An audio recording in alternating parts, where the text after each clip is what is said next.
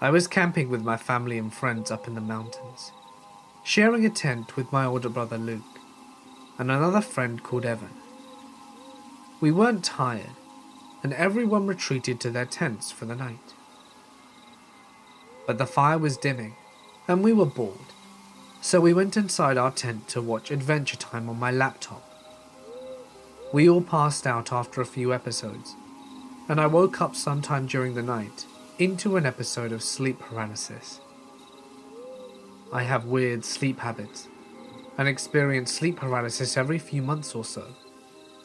So for those of you who haven't had it, basically, you're awake but you can't move, and sometimes experience auditory and visual hallucinations. I was aware of this, so I didn't have a full-on heart attack when I started hearing shuffling noises outside my tent, which continued and got louder and closer until the fabric of the tent itself was being touched by something. My computer hadn't died yet, and I could see my surroundings in the dim light off the screen. I watched the fabric compress as something pushed against it sporadically about 4 feet off the ground, then moved around the tent towards me.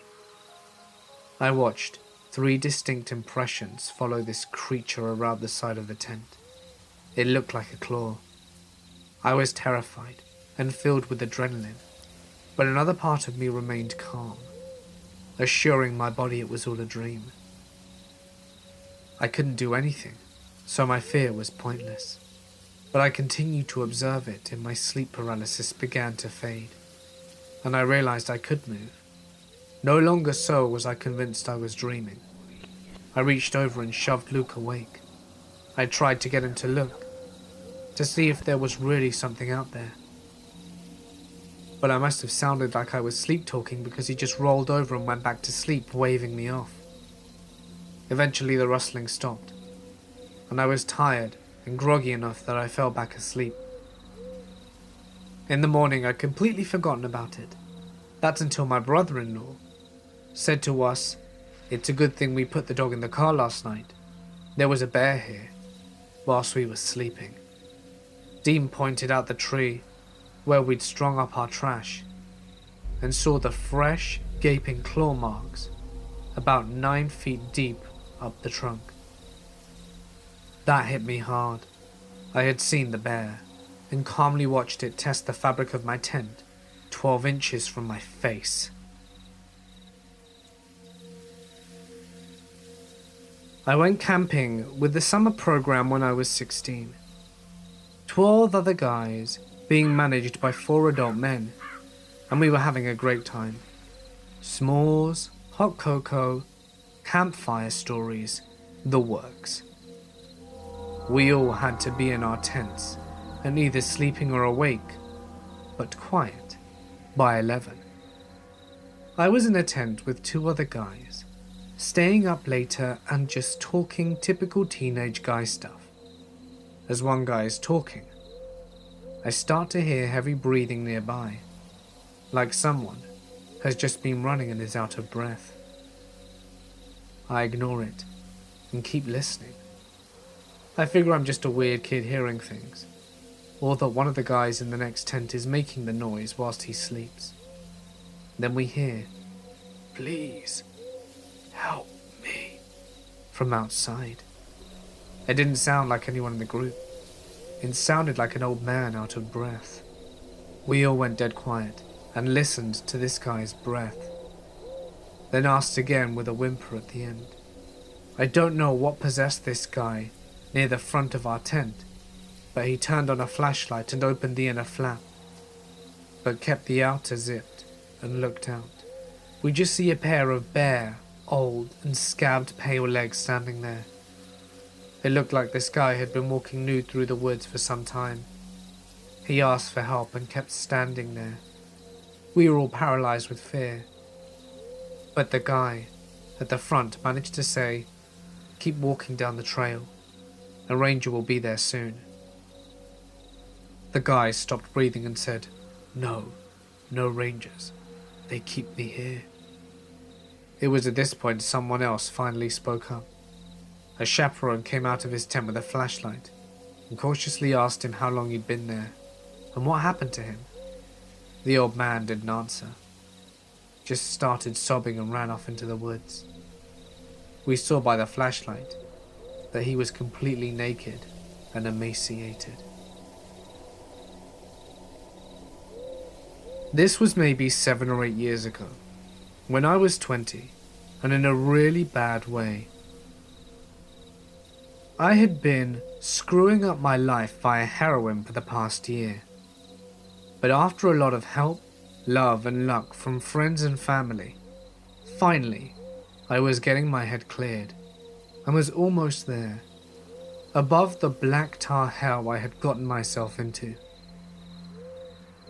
I decided to get out of the city and drove 2 hours out to a smaller town in Missouri, where Google Maps told me a small campsite by water was. I knew that there shouldn't be very many campers because it had just gotten cold and was around 40 or so that night. Nearly there, as I'm driving down a misty morning road, just a picturesque straight 2-line highway. There's this object laying in the road about half a mile up. I slow my approach and can see this shaggy mutt just hanging out. I stop and rolled down my window right next to it, and she came up, licked my hand and wagged her tail a bit. She seemed to expect something of me. She had no tag, no tattoo for Chip, and was just a dog with no name.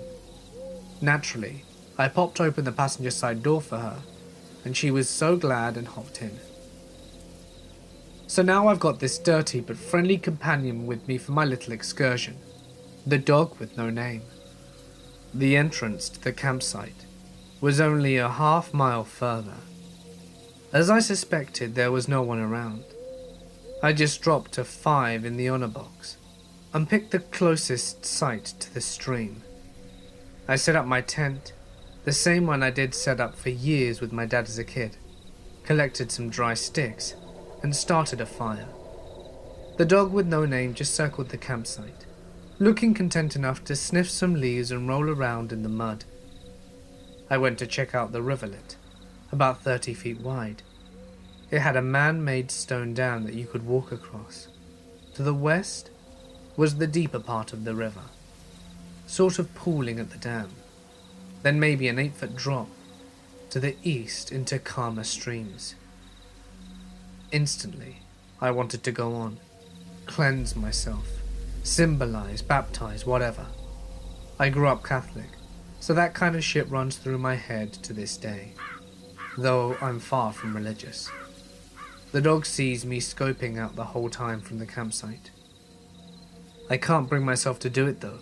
I'm hugely disappointed in myself. But it's cold, it's brackish, and I don't have a towel. So I go back up to smoke some cigarettes, eat hot dogs, and pet the dog with no name. Night falls quickly after all this meditation, and I roll inside the tent to sleep. My buddy sleeps inside the tent, next to the sleeping bag. This dog was awesome. And I wake up in the middle of the night for no reason. I can't put my finger on it. And my main source of warmth, the dog with no name, is missing. I slide out the tent, as I assume I left it unzipped, and there she is, just sitting there waiting for me in the pitch black, wagging her tail. I feel very strange, like something is happening here, and someone/something is telling me to get back down to the river and do the damn thing. We walk down the short trail together, surrounded by Missouri black. It's even colder than before, but I start to strip anyway, standing on the chilly stones of the dam. The dog with no name sits on the edge of the river again, just watching me, a slight wag. I'm now stark naked as can be, staring into this black pool that looks like supernatural ink. I should mention here that I hate swimming in the water. I can't see the bottom of it, and my fearful imagination takes over and I freak out. In other words, I stand naked on the dam for over 10 minutes. before I finally mustered up the balls and just dive into the blackness. It was cold as hell and scary as shit. When I came up for air, I was thrashing wildly back towards the dam, scrambling back onto the slick stones. I shook out my hair and was surprised how the adrenaline helped me keep warm. As I was picking up my shoes and clothes, I looked over for my body at the river's edge. The dog with no name was nowhere in sight. Back up the campsite, I look around, gently whistling and that kind of thing. I'm more than woken up by now, so I go ahead and start another fire as dawn is just starting to break. I have another hot dog for breakfast and figure I might as well pack up and leave. This trip feels more than complete. I start my car up and check my phone. There is an hour time difference between the two. This happens to fall on daylight savings time. I'm not calling it a supernatural rip in time, but it's funny it was the night this went down. In fact, the exact time would have been around 3 or 4 a.m. that the dog disappeared. So the dog never showed up again, and I never shot heroin again.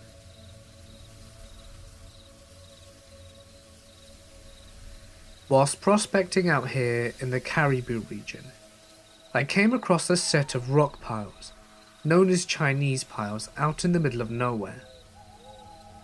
These being here means someone did a lot of digging back in the old days.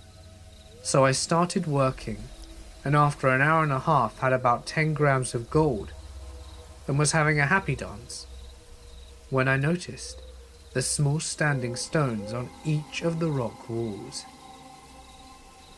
Each stone had several Chinese characters on them, and in a moment of dread, I realized that they were graves. I put the gold in a glass bottle I found nearby and left it behind. I also took down drawings of the symbols to show to a local historian, who later confirmed my suspicions that yes, they were graves, and they likely hadn't been seen in over 150 years.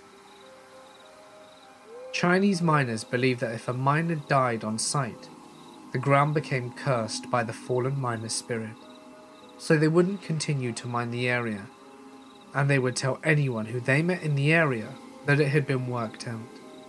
Sometimes they would do extra work to make it look like the site was finished off, so people wouldn't end up digging up their comrades. I've been back several times, but I won't dig there out of respect. The site's super creepy in the morning fog. You can almost see people's outlines sitting around the piles. One of the stories my boss out here told me involved some sketchy folk from Prince George back in the 70s, and went with them looking for some mining gear to steal, so they could claim jump a site a few kilometers down the road. My boss went down this forgotten path into a clearing with 2 ancient bulldozers and a small cabin. The rest went to the bulldozers to see if they ran whilst my boss went into the cabin and was greeted by a skeleton, laying in bed with a bullet hole in his head. They brought in the cops, and they figured the guy had been there since 1935, since that was the last date on the papers inside. I went to the same cabin with him a few weeks back, but the place had been burnt down by quad bikers. So, as a kid I lived about 100 miles away from the nearest town, at a house without electricity or running water, which is the works in the Colorado Rockies. This place was in the absolute middle of nowhere, and we frequently sought all kinds of wild animals, ranging from elk, deer, coyotes and cats. Our property and a bunch of other neighbours' properties bordered national forest roads, so to keep people off our road, we had to gate about 1.5 miles from our house that we drove through before we reached our house. This time of year, we are the only people up there, as all the other homes are hunting cabins, long empty by this time in late winter. Now, this was not the type of gate that you could drive around if you forgot your key. There were tons of trees all around it, with barbed wire, ditches and such, so anyone wanting for off-road around it would basically have to build a new road around this gate. Well, one night, my mother, brother and sister and I pull up to the gate and we cannot find the key. It's gone. So one of us, i.e. me, has to walk all the way back up to the house in the pitch black to fetch the spare key and make their way back down. Now, it's recently snowed in January and it is totally dark. You can't even see your hands in front of you dark. And with the new snow, you can't hear anything either. There are a few clouds in the sky, on and off to let some starlight through every once in a while. But it's dark, and of course there isn't a flashlight either. So off I go. First you walk through around 200 meters of trees, then it opens up to a huge meadow, which then narrows back down again to trees for another 200 meters, and then opens up again into another huge meadow, which on the other side of is our house. I set out and everything seems fine. I'm just irritated that I have to do this. I'm about 15 years old at the time and a little angsty teen that is peeved off at the slightest chore. I was not thinking about my surroundings in the slightest, but as I'm walking, I get that feeling that I'm being watched as I'm halfway through the first meadow. That deep, creepy dread that something is right behind you and you can't see what it is, made it 1,000 times worse by the lack of light and lack of being able to hear. My first instinct was to run, but I knew that if there was something, I was just going to provoke it, so I kept going, and then stopped to try and listen as I heard a crunch echoing my footsteps. Holy shit. This time I walked a little faster, and I knew there was something behind me. It was probably a cat as well, so I just kept walking right into the second bunch of trees before it opened up into a meadow. I could see our house. I could feel the pressure. At this point we were predator and prey, and I could feel the breath on my shoes. So second clearing comes up and I know what the plan is, and I am about to book it. Thankfully, I'm familiar with what to do, and I scream as loud as I can. As I do so, my dogs hear me and they run to chase whatever it is from behind me. They continue running past me and I book it into the house. When I get in, I grab the 12 gauge first and the keys second, then pick up the tractor keys and jump in. There was no way I was going to walk that again. As I'm driving back towards the gate, I see the dogs running back. At least they weren't hurt. That could have been extremely dangerous. I also see the tracks. I knew it was a cat. It actually started approaching me from the first meadow and was tailing me for a long time. I tell my family the whole story, and I know that I'm not going to get any sleep tonight. From that day, I refused to be out alone at night in the countryside without a weapon. I was camping on land associated with the Anasazi, long dead Pueblo Indians that very few people know anything about. This was when I was a Boy Scout. We hiked for a few days and we saw black bears every day. It's normally a somewhat unusual sight and freaked out the adult leaders and caused us to religiously use anti-bear tactics like bear bags. Not totally related to the story, but it slowed us down, which led us to the events here. Anyway, we camped in a wood cabin at the bottom of a plateau, and the local rangers told us a bunch of spooky camp stories about the plateau and its relation to the long-dead Anasazi people. Even their real names is lost to history, as Anasazi is what the Navajo called them, meaning ancient enemies, or those who are not us. Another part of what they told us that stands out is that the Anasazi were obsessed with ravens and possibly crows as well, and a lot of their superstition revolved around massive raven people and people with raven heads, stuff like that. I completely forget all the other details at this point, as it was well over a decade ago. Anyway, my tent mate is a bit slow, and is also very allergic to peanuts.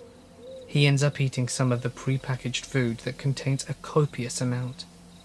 That, combined with the ongoing poor planning, fear of bears and sloppy leadership, causes the adults to decide to camp out on the plateau rather than keep going.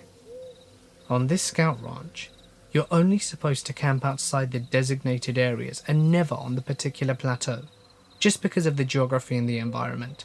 But forget the rules, because we do anyway. We set up camp, eat, lay the bear bag, and head off to sleep. That night, though, was the craziest thing.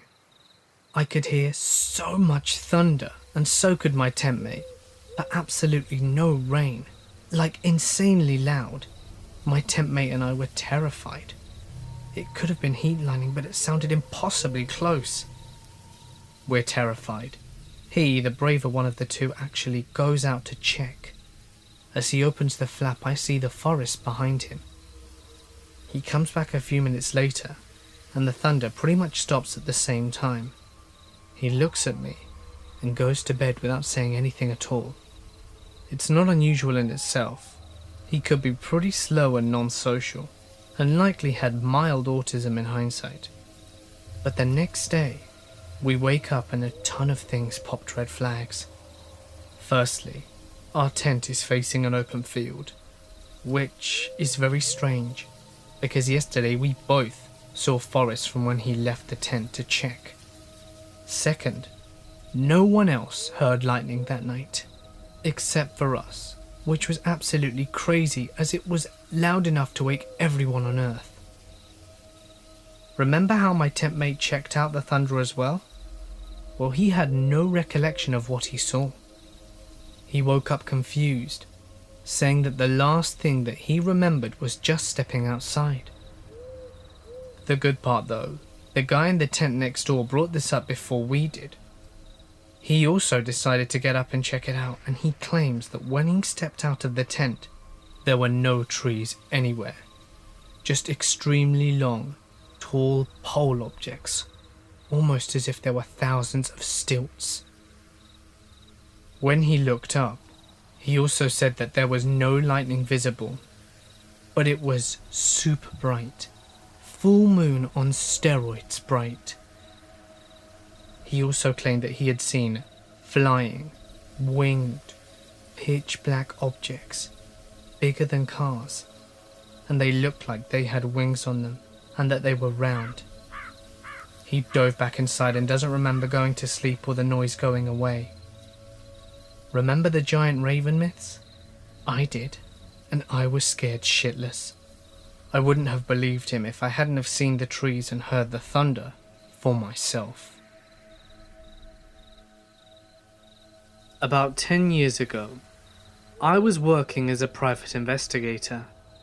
It sounds cool, but it actually isn't.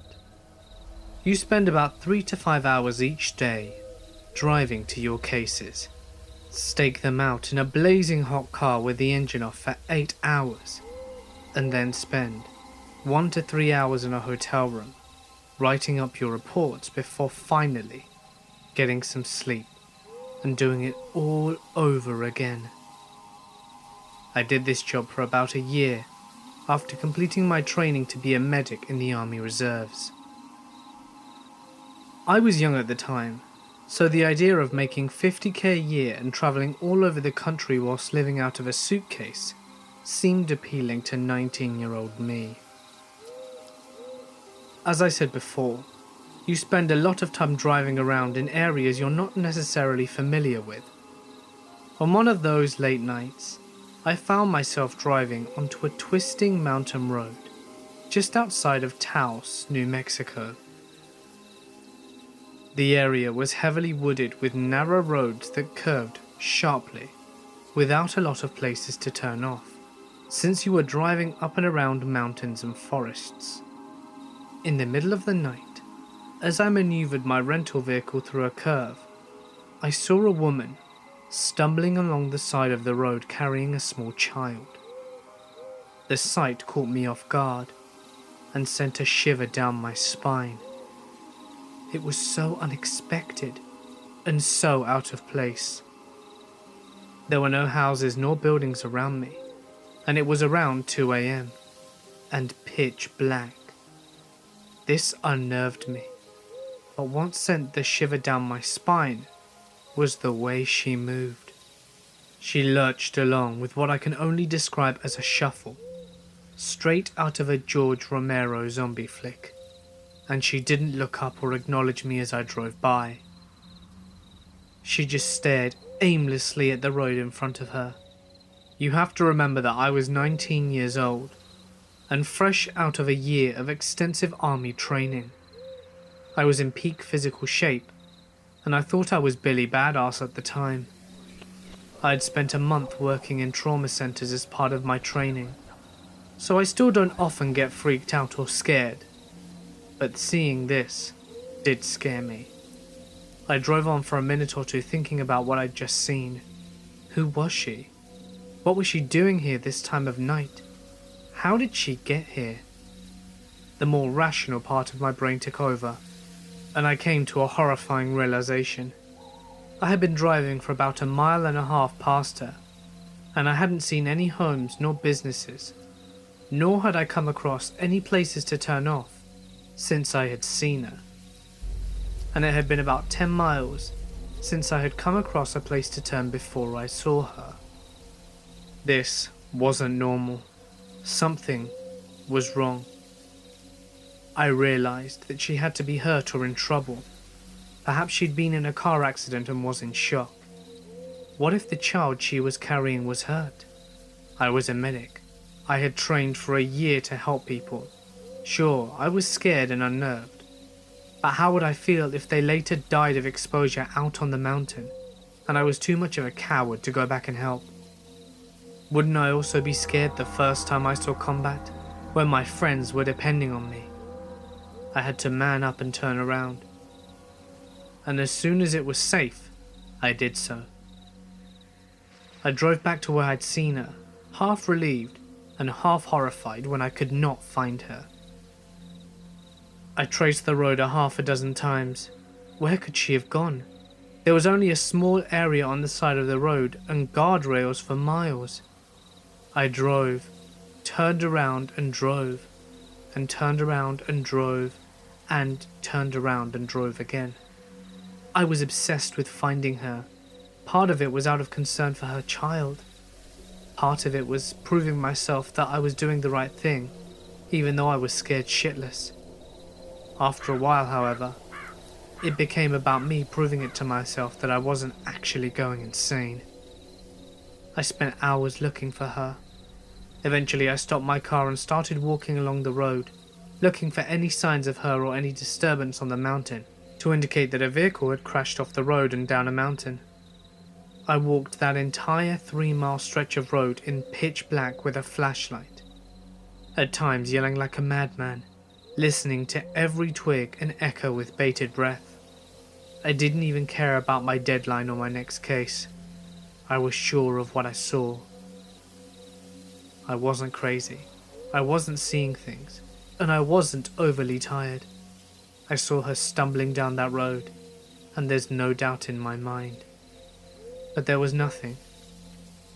Even when the sun came up and I drove to the stretch of road again 6 times, there was nothing, and there was no way for me to explain it, even after countless sleepless nights in the 10 years since devoted to it. I don't believe in ghosts. I saw this bullshit documentary and laugh away their evidence in stupid orbs like the rest of you do. But I also don't know where the hell the stumbling woman and her child came from, or where they went. So, on the off chance that you were stumbling down a windy road in Taos, New Mexico about 10 years ago with a toddler in your arms, please, tell me what happened, where you came from, where you went, and that you were both okay. I've been puzzled for a decade now. I used to regularly walk portions of the Appalachian Trail, and usually take a week or two by myself. Anyway, at one point I was coming over a pass and saw a figure on the trail ahead. Seems to be a lone young woman. It's twilight and the moon will be bright. I have solar rechargeable lamps, and I yell ahead, "Ahoy!" She doesn't break stride or pause. Being on the trail, people are friendly and cooperative. Looks like she's had a bad day, and no tent. Now sure, I like to sleep under the stars, and I usually hike with a hammock and a rainfly, but something seemed off. We were way out here. The last trail shelter was a few miles back, and we were on a very heavy bush cliff. Nowhere you want to camp for the night. I figure she might be wary of strangers at night, so I keep my own pace and don't really pay much more attention to her until she disappears over the next pass, and I realize she's walking this trail. Now dark, with some moonlight but heavy tree cover, without a torch, lamp or any personal light source. I'm getting worried about this girl. Remember, we are walking with a sheer cliff face a few yards away from us, and conditions aren't perfect. Roots, dirt, mud, moss, rocks, anything can trip you up. So I pick up pace and hurry over to the pass. She's nowhere, and there's a clear line of sight probably 200 yards ahead, and she's nowhere to be seen. But then I see a torch in the distance. Red lamp. Actually, there's two now that I'm getting closer. I flash my torch, and they flash theirs. I call ahoy, and a man and woman respond. We finally meet up and do the whole meet and greet, exchange trail names and chat for a bit about what's ahead in our paths, since we were walking opposite directions. I say to the girl, "You worried me back there. I saw you walking without a light and then you disappeared over the pass. I'm sorry I spooked you. Didn't think you were that far off though. Must have run like crazy to cover as much ground." She looked confused. "What are you talking about?" I explained everything, and she said that she hadn't seen anyone on the trail for at least 3 miles. There was no one reported missing, no abandoned campsites, nothing. I followed up with state police and rangers. Nothing. Who the hell was on the trail ahead of me, walking at night with no light, minimal gear, and then to just suddenly disappear when there's only one way to go along the trail? I'm still clueless. I used to work security, and several years ago I was assigned to a remote construction site where a summer camp was being built. It was quite literally in the middle of the woods, roughly 4 or 5 miles into the forest, with only a single access road that they'd been using to haul equipment and supplies and such. My job was to provide overnight security, doing a foot patrol of the entire area.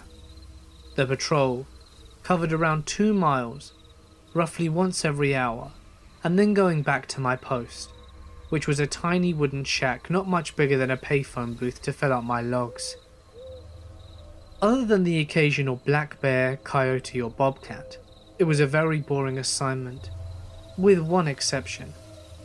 I was doing a routine patrol one night near the end of my shift, around 3 AM or so.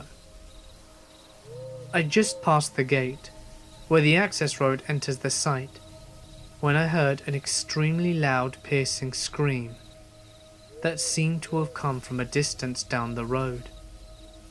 It sounded like a woman screaming in absolute terror, and at this point I need to clarify. I hear bobcats pretty often around my house, and encounter them occasionally whilst working in remote areas. They definitely have a distinctive and creepy scream, but there is absolutely no way that this scream was a bobcat. I immediately took off sprinting as fast I could in that direction. I didn't hear anything else after the initial scream, but about a quarter of a mile down or so, I came upon a car parked just off the side of the road.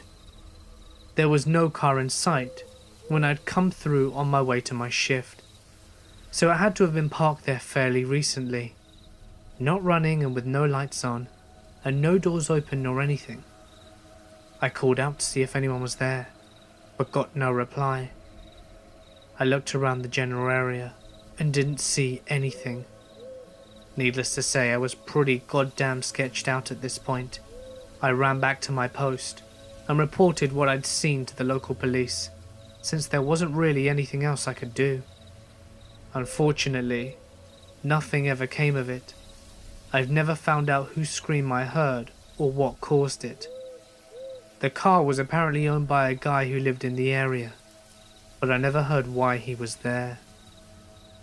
My supervisor suggested that maybe I'd heard a mountain lion or another animal screaming, but I've heard those animal sounds before, and although they're definitely freaky, there's no mistaking an honest-to-God human scream.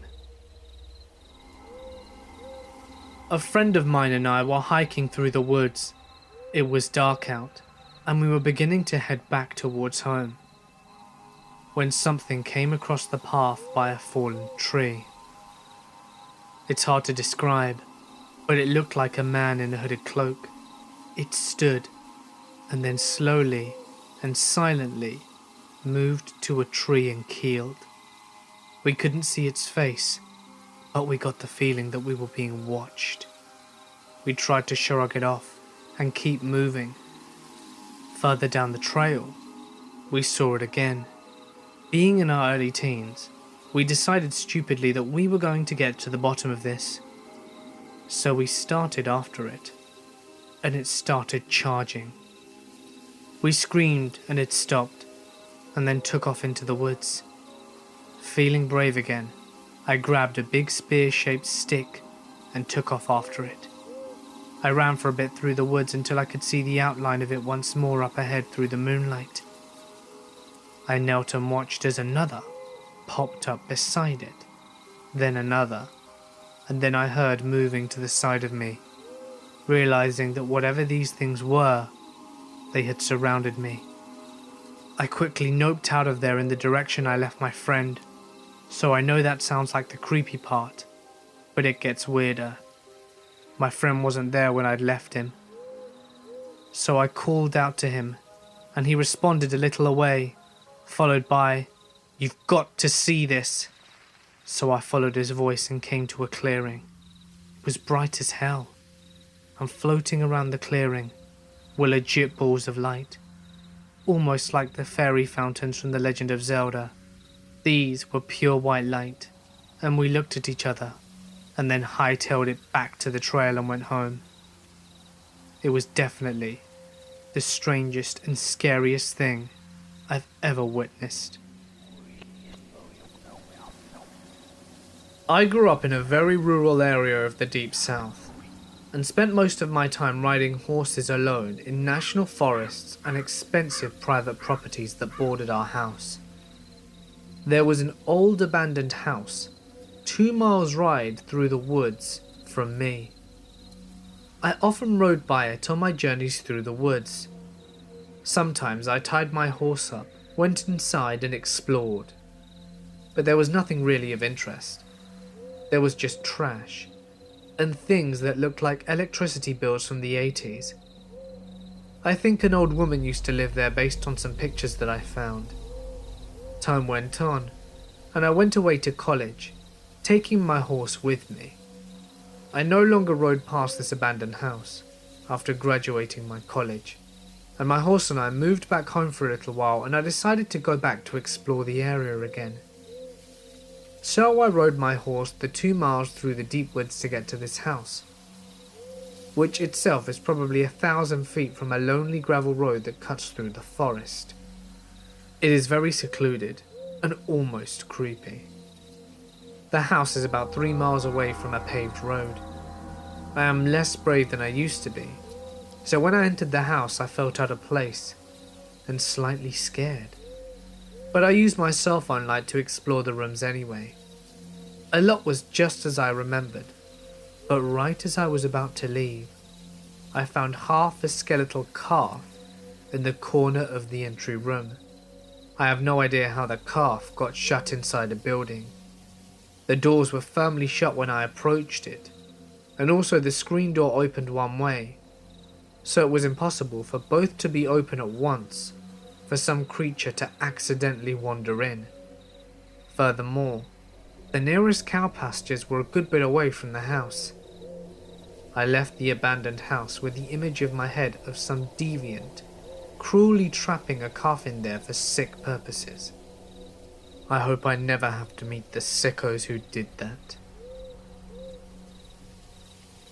It's felt like years.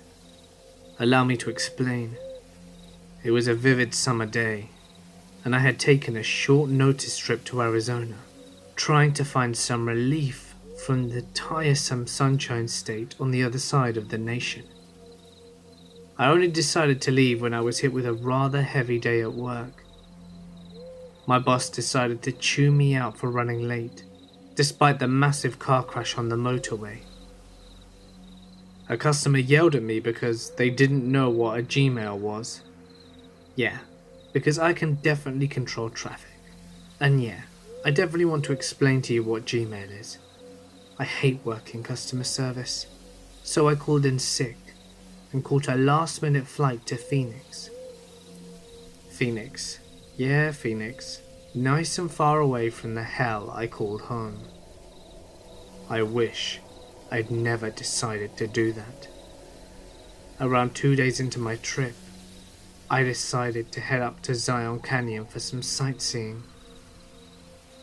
I had spent a lot of time around the Grand Canyon and figured I should set some time apart to check out other places in the area.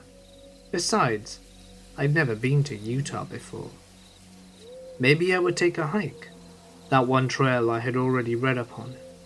Angel's Landing looked dangerous, but it would be something incredible to experience, and certainly worth it if I made the summit. I turned on Google Maps, and my rather shitty Android fumbled around with it until finally it picked up the location. The voice of a robotic woman began to speak. It was the damn GPS lady. She guided me through several backwater roads with twists and turns and roundabouts, until she stopped with a final sentence. Head on Highway 89. Continue straight for 184 miles. Alright, seemed easy enough. As I finally approached the highway, I was absolutely in awe by the view. No more buildings remained, only the wild, barren landscape of the southwest. Mountains peaked in the distance, covered by desert shrubs. Old trailers and abandoned houses dotted the landscape. Everything was so beautiful compared to the constant headache that was Florida. My eyes soaked up the desert views, relieved that for once it wasn't just endless miles of swampland. I felt so isolated. I was free from civilization for miles. But something was wrong. The desert didn't feel real to me. The sun was too bright, the mountains too still, and the sky too blue. The whole landscape seemed too picturesque, as if it were straight out of a postcard. It felt as though it were all a facade to drag me into something, and it was not unlike something straight out of a fever dream. You know those mornings as a kid where you wake up with a pounding headache and sense of false reality? I'd been driving for hours, and the scenery just seemed to remain stagnant. I was so sure I'd spent the entire damn day on the road, but the sun hadn't moved an inch. Was I hallucinating?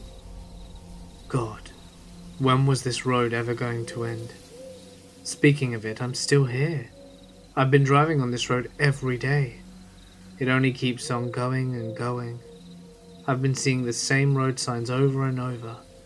There's no civilization around. I've tried knocking on those trailer doors, but no one's ever home. And you know what else?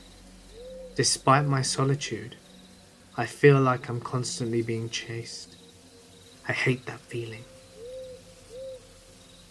That same feeling from when you're a kid and you sprint up the stairs from the pinch of darkness down, not daring to look back at whatever was behind you. That feeling when any source of noise of your house was enough to make you jump and run for your life. The source of the noise for me was the booming. And that feeling is always here. Every once in a while I hear a booming, as if someone is going at it with a gigantic drum.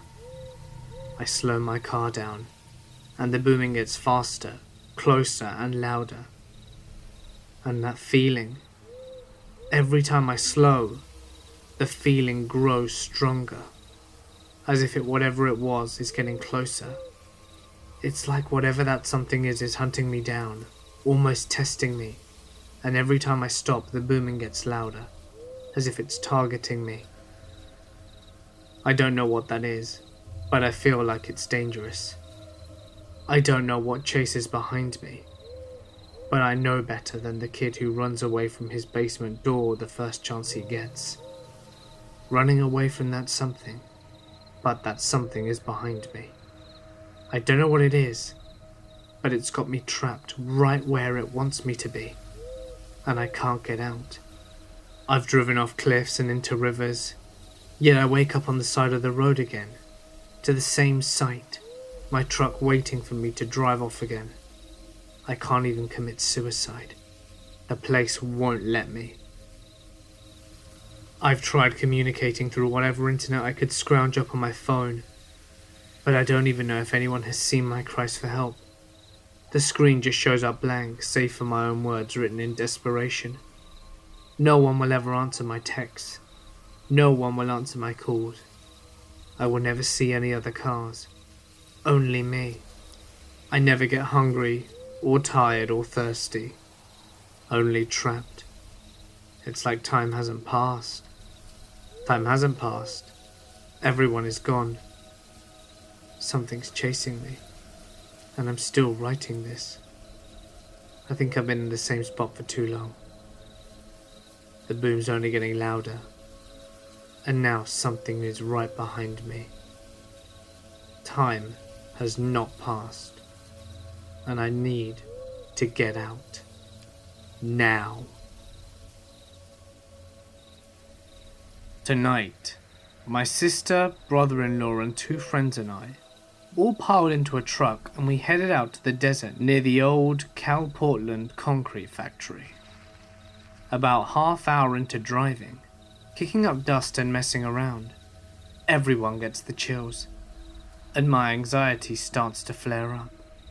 We brush it off as the temperature difference and just keep going. 10 minutes later, we come around a corner and my sister says, "Please tell me you guys just saw that woman." We responded with, "What woman?" She says, "We just passed a woman standing on the side of the road wearing pink. I think it was a pink shirt, and she had blonde hair that was covering her face. She looked dead." I honestly thought she was messing with me, so we turn around and go to the spot where she saw her. No woman. Brother-in-law and I get our flashlights out and look around. No woman. I tell my sister she's seeing things, and she insists that she saw a woman. So I decide to check my dashcam footage. Sure as shit, there was a woman.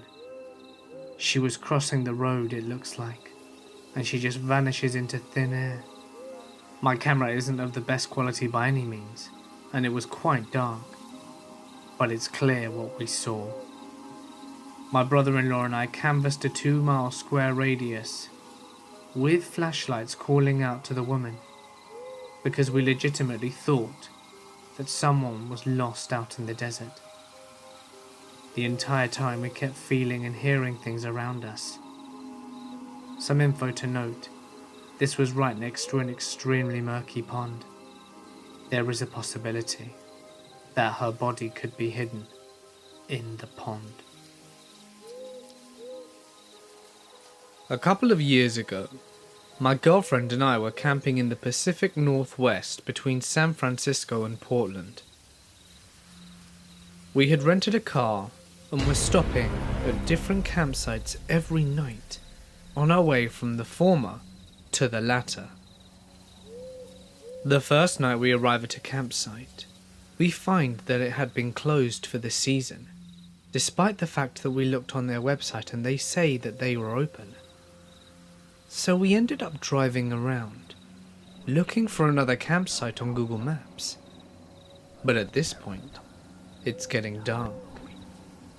We see a forest firefighter outpost and pull in to ask them if they know of any nearby. They tell us that most of them are closed for the season, but there are a couple on their old map that we haven't checked. We get back on the road and find our way to one of these campsites. The sign for this place is literally resting on the ground and is a little overgrown. But at this point it's dark as hell, and we really don't have many other options. As we pull our car into what we think is a spot, we see a few other tents nearby, so we take it as a good sign. We get out and start to set up our things, when immediately, things begin to get strange. Two guys walk directly through our spot, and strike up a conversation with us. Both are looking a little rough. One of them has a zip-up hoodie without a shirt underneath, and I notice that he is extremely skinny. They're also both really dirty and have messed up hair, but hey, we're camping. They're both speaking very fast and seem kind of nervous.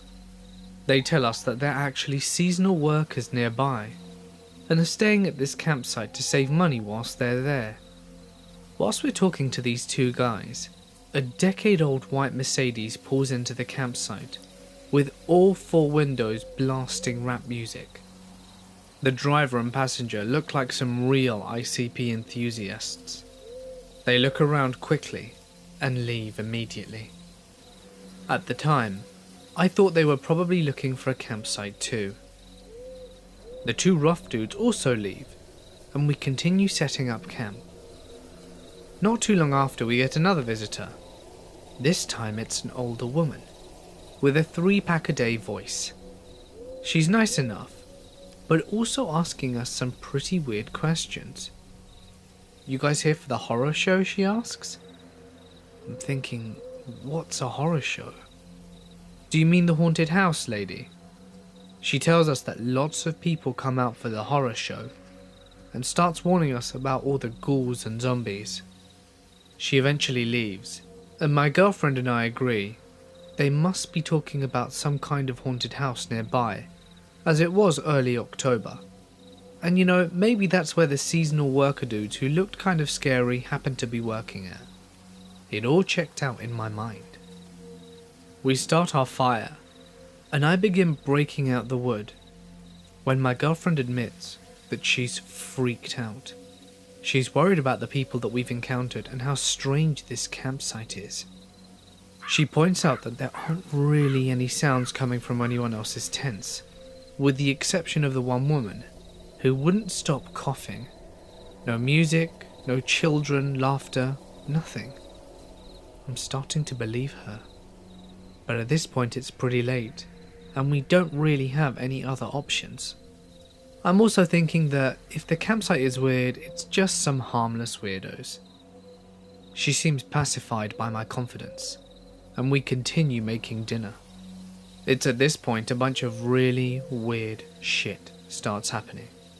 The two dudes we met right when we got there emerge from the woods without any source of light and without saying a word, walking straight into their tent. They have a very short and heated discussion which I can't make out.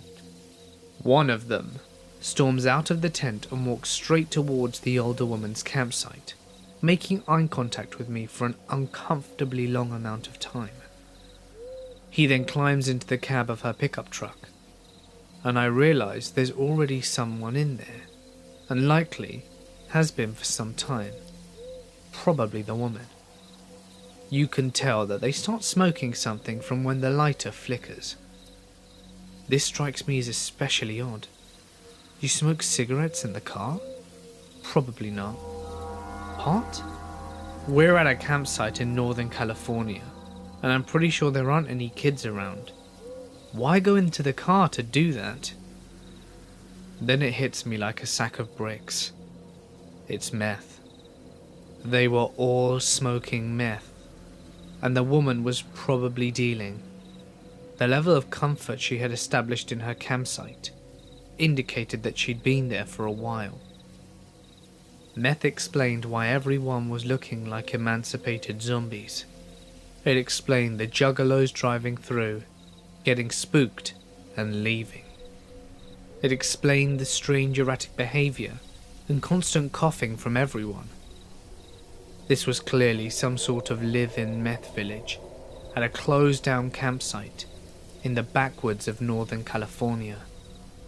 It's at this moment that I realize the second guy is skulking around the edge of our campsite, clearly trying not to be seen. I conceded to my girlfriend that I also wanted to leave. We packed up everything very slowly and normally, trying to make it look like we were just putting away food and putting our fire out for the night. With only the tent left, I tell my girlfriend to get into the car and get ready to back out of the spot. The second I pick up the tent, the woman's truck starts up and her lights turn on. They were blindingly bright circular lights on a rack. I throw the tent into the trunk as fast as I can and I tell my girlfriend to back up. I'm standing behind the car to guide her, but also making it very clear to whoever's watching us that I have a hatchet. I was so on edge that if Mr. Rogers caught me off guard, I would have buried that thing into his skull. She throws the car into reverse, hits the pedal, and the car doesn't move. I can hear the engine revving, and I see the car lurching, but it's not going anywhere. For a split second I think they've slashed our tires somehow. This is how horror movies start. Suddenly it hits me. The parking brake is likely on. It was. She backs up, gets on the main path, and I jump in the passenger seat. As we drive out there, we can hear them start screaming about something. Once we get onto the main road, we do a Chinese fire drill. And I drive down the road at warp speed to the first bed and breakfast that we see. It was lovely. It was June 1987, because it was the baseball season after the Bill Buckner disaster. My girlfriend's parents owned the place. It was in southeast Idaho. It was a pretty big place with lots of acreage. The guy who was the full-time caretaker for the place had just quit, and my girlfriend's dad went out there to find a new caretaker. But the new caretaker couldn't start for 1 month. Her dad offered to pay me $1,200 to go out there. Free food, satellite TV, and all I had to do was keep an eye on the place and feed the dogs and the horse. I had never been out west, so I took him up on it, and it sounded better than doing landscaping. I spent the time reading, exploring, playing the dogs and riding the horse. It was completely uneventful, until that night. After the knocking stopped and dogs stopped barking, I eventually went back to sleep. I didn't freak out that much because there were 2 German shepherds inside with me, and I had a gun. I kept it on my nightstand. I had been drinking a little but was not drunk by any means. There were several neighbours that were a few miles away. I was kind of thinking that someone had just driven down the wrong driveway.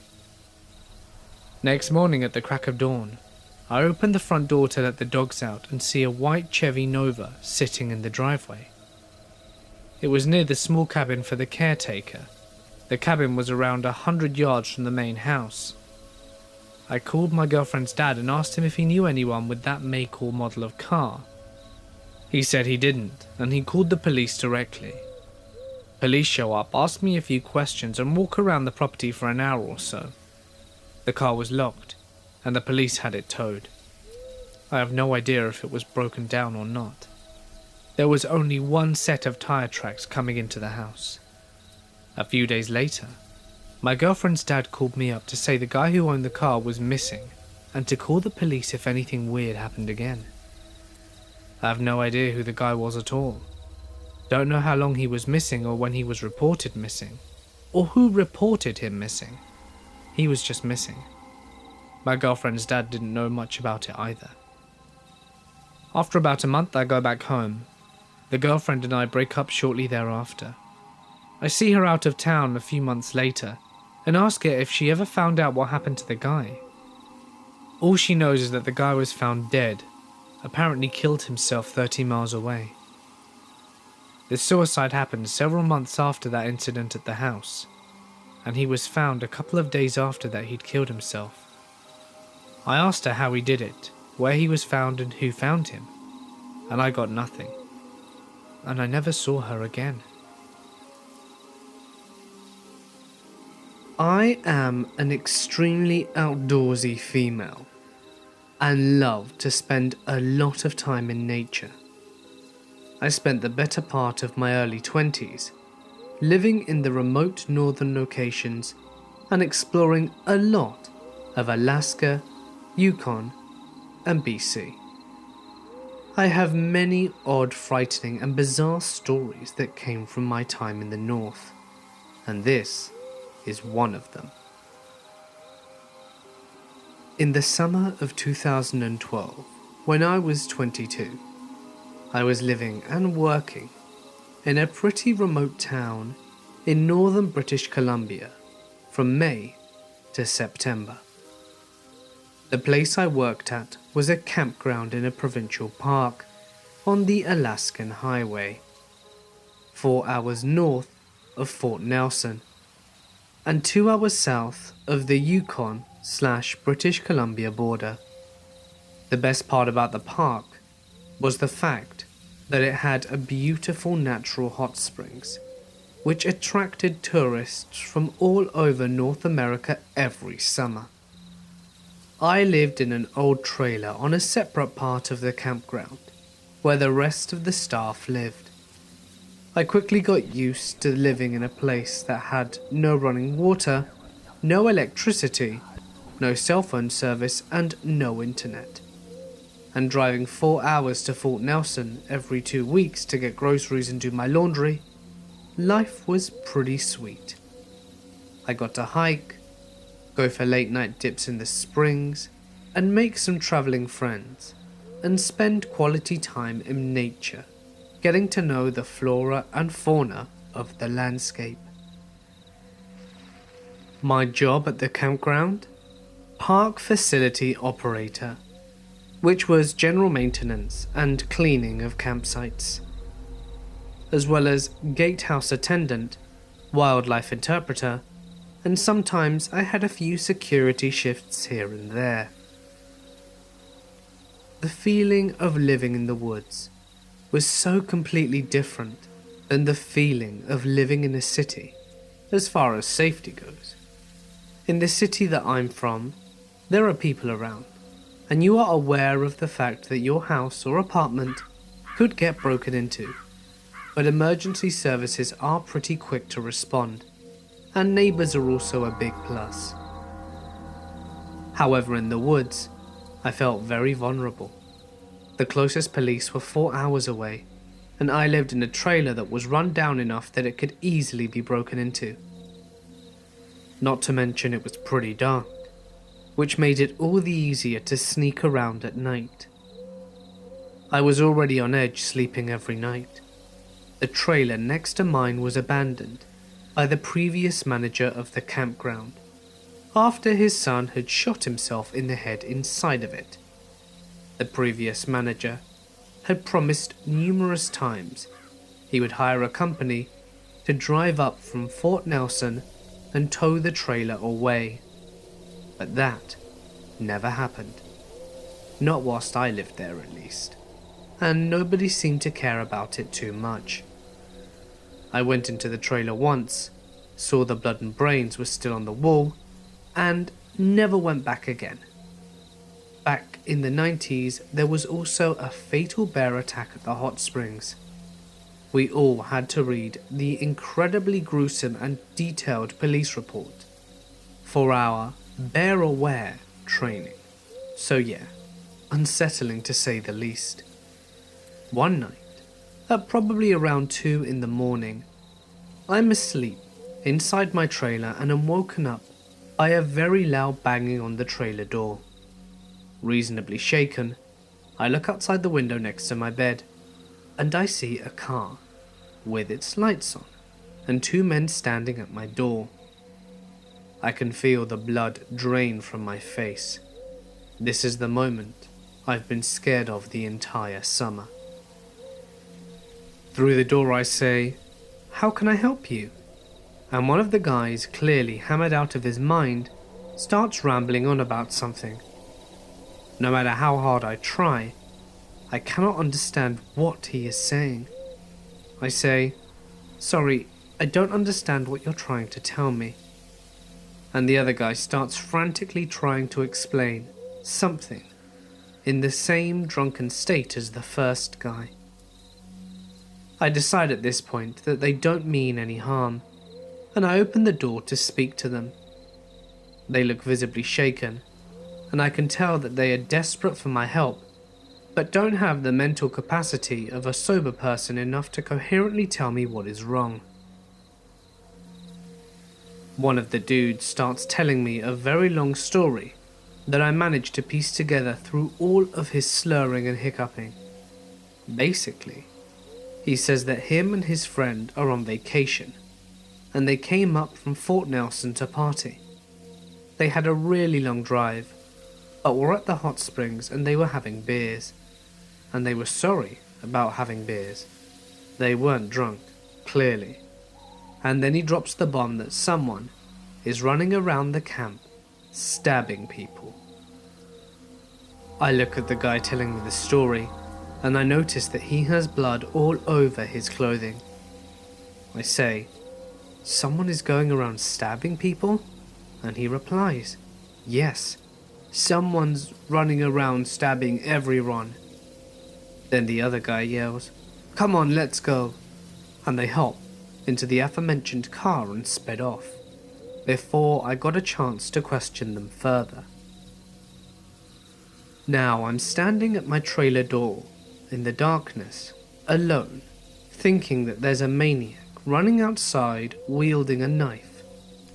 I have no phone, and I know that the only person who has a phone is the ranger, and his cabin is about a 5-minute walk away from my trailer. I remember at that point that I do have a radio, so I run inside my trailer, lock the door, and try and get the ranger on the radio.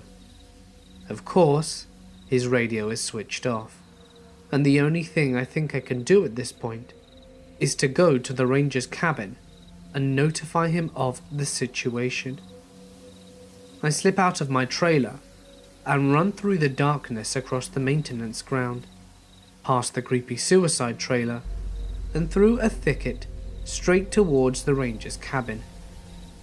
Every single noise I hear from the surrounding forest is making my heart pound faster. I keep imagining this maniacal man sneaking through the bushes, entering people's tents, and slashing everybody like some bad horror film. I get to the ranger's cabin and pound on his door. He answers within a few minutes, visibly sleep deprived, and I tell him the whole story. Whilst I'm there, he calls the police, and he tells him that they are on their way and will be there in 4 hours. The ranger grabs his gun, walks me to the back of the trailer and says, "Don't let anybody in." I stay up the rest of the night, listening for any sort of disturbance around me. The intense kind of listening, where you're concentrating so hard on any external sounds that might be made, that you almost feel death from the silence.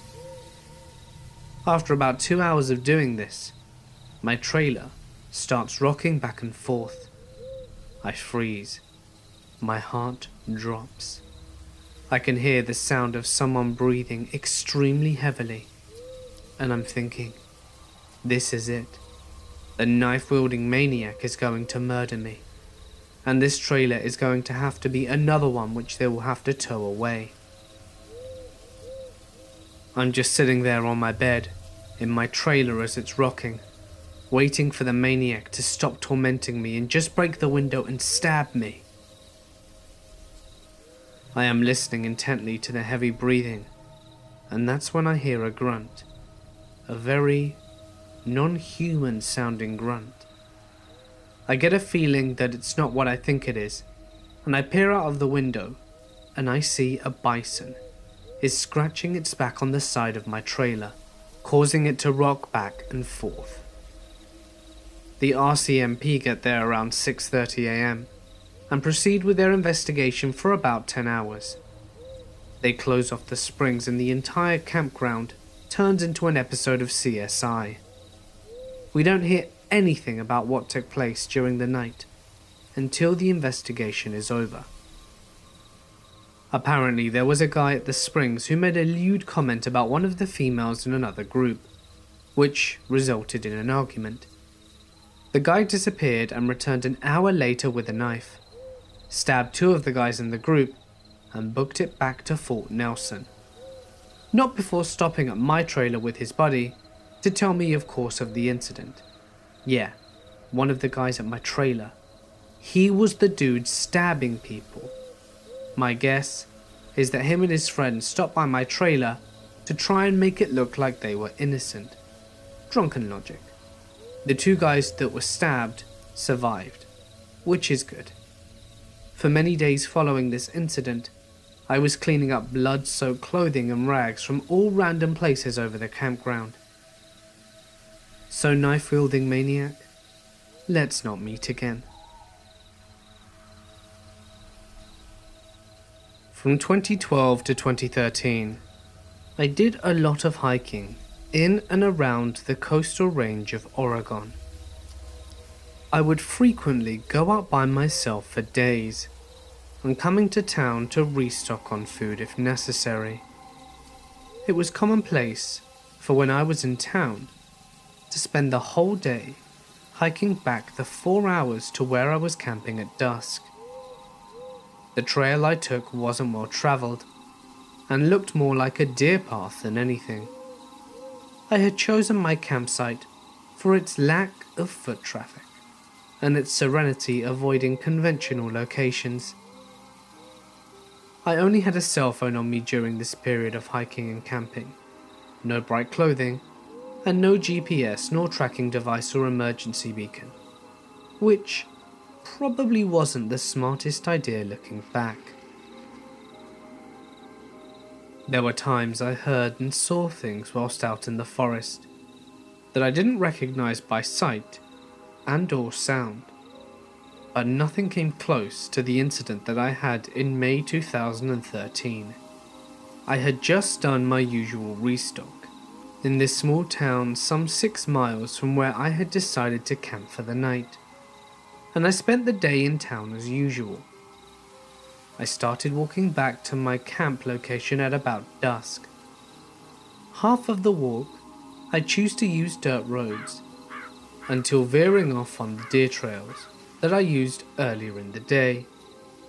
By this time, it was completely dark, but it was clear out and possible to see the trail just using the moonlight. I don't listen to headphones whilst hiking. I've always thought it's wise to be able to hear what's around you in the event of there being a predator, whether that be man or animal alike. I was mentally doing some calculations for the next day's hike when my mind is literally stopped mid-track. I hadn't heard anything, and I don't hardly make any sound when hiking.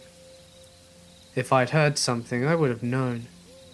For some reason, be it a sixth sense or survival instinct, I'm not sure, but I was jolted quite suddenly out of thought and made very aware of the fact that I wasn't alone on this trail.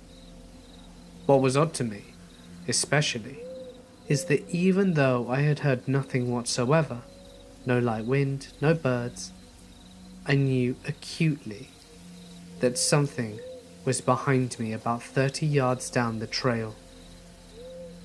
I still to this day have so many unanswered questions about how I knew this. Standing really still, I turn around and look down, but I don't see anything in the trail.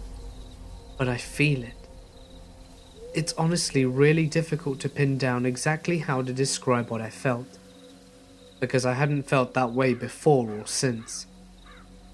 I was standing straight up, fight or flight, and my logical mind was saying that there's nothing out of the ordinary, whilst my senses were saying to get the hell out of there. Again, looking back and remembering, I have no idea what to say. It's really hard to express. It was like I was being taunted, and I felt it. The presence of something or someone was down there in that trail, and for some reason, I knew that it knew that I knew it was there, even though I couldn't see it. That's what scares me. I knew, and it was bright enough out for me to see 30 yards down the trail with no problem. There was nothing there, and I felt as if I were being called or beckoned to come closer. This was maybe 30 seconds into looking down the trail. I was panicking, but I still wasn't sure what to think, because I wasn't seeing anything threatening. So I turned around and started walking at a quick pace. I don't know what else to do. I knew that if it was in fact a guy out to kill someone, he was probably going to end up killing me on this trail, or in my tent after following me back. So why run? I would say it was not even a minute into the quick trek back that I heard what can only be described as a sound like rushing or swooping air, and then what seemed like a rake sliding across the dirt trail. The former sound happened right after the latter. These sounds happened together at about half a second apart for 4 times.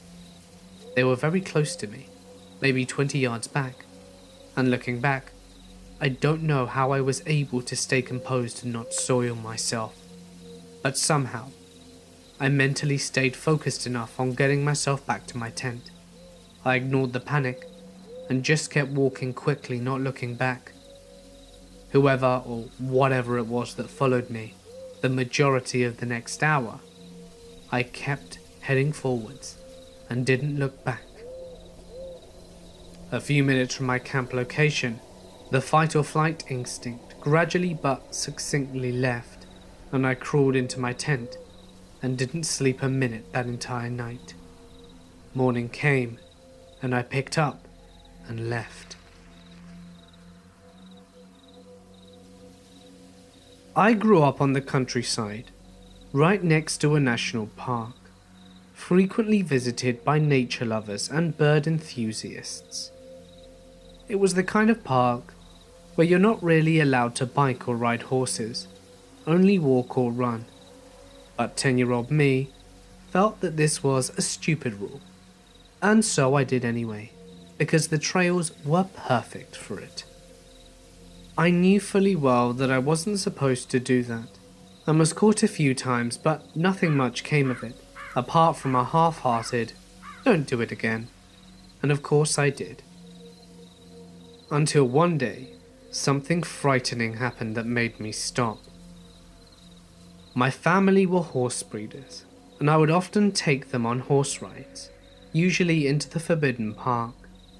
This day, very early in the morning, the first day of summer holiday, it was beautiful outdoors, misty and foggy, yet a sky that promised a sunny day ahead. Since it was so early, before 6 a.m, I knew that there wouldn't be anyone on the trail to see me. So I set the horse off at full speed along the trail. I only slowed down on the part of the trail that got steep on one side, leading down to the river, because the thought of one step too close to the edge was too much even for a kid with next to no non-existent risk assessment skills. Suddenly the horse came to a halt and refused to take another step. I grew up with horses all my life and knew that this usually indicates that you need to investigate. Is there something with the hooves? Did the horse spot something that spooked it? So I checked and the hooves were fine, but the horse didn't move an inch. and that's when I saw it. Someone had set a trap. A thin, sharp metal wire across the trail, in perfect neck height for an adult. I stopped and looked around, but didn't see anyone. The wire was well attached to 2 trees and impossible for me to remove, so I led the horse around it. And, to do so, I had to walk up a bit into the wooded area on the side of the trail. That's when I heard the singing. The song is called Hey Tonte Gubar, and it was that particular melody, but the lyrics were different and sung in a muffled, sniggering voice. Imagine Smeagol from Lord of the Rings. Today I only remember parts of it, but translated it would have been something like, "Hey, all you runners come here passing, let the lifeblood pour out." I, as silently as I could and with my heart in my throat, backed away and got up on the horse and hurried back the way I came as fast as I could. I knew I had to tell someone about it, but at the same time wanted to avoid admitting to riding a huge and very forbidden horse on those protected trails. So now I had a problem. The old stories about a mad old man living in the shed in the woods, a shed that was once a cottage for a local hunter, came back as I hung on the horse for dear life. I got home and told my older brother what had happened, and he went back there with me in tow. We found the wire trap, and after a while of searching, we also found a spear-like pole in the ground, right on the spot that you'd land after you came running and jumped over the fallen tree on the trail. That's when we called the police. The area was searched and several similar traps were found, but no sight of the old man. The following summer though, there was big news in the local paper about spear-like poles being found right under the water's surface, directly under the little tower you're supposed to dive from at the lake.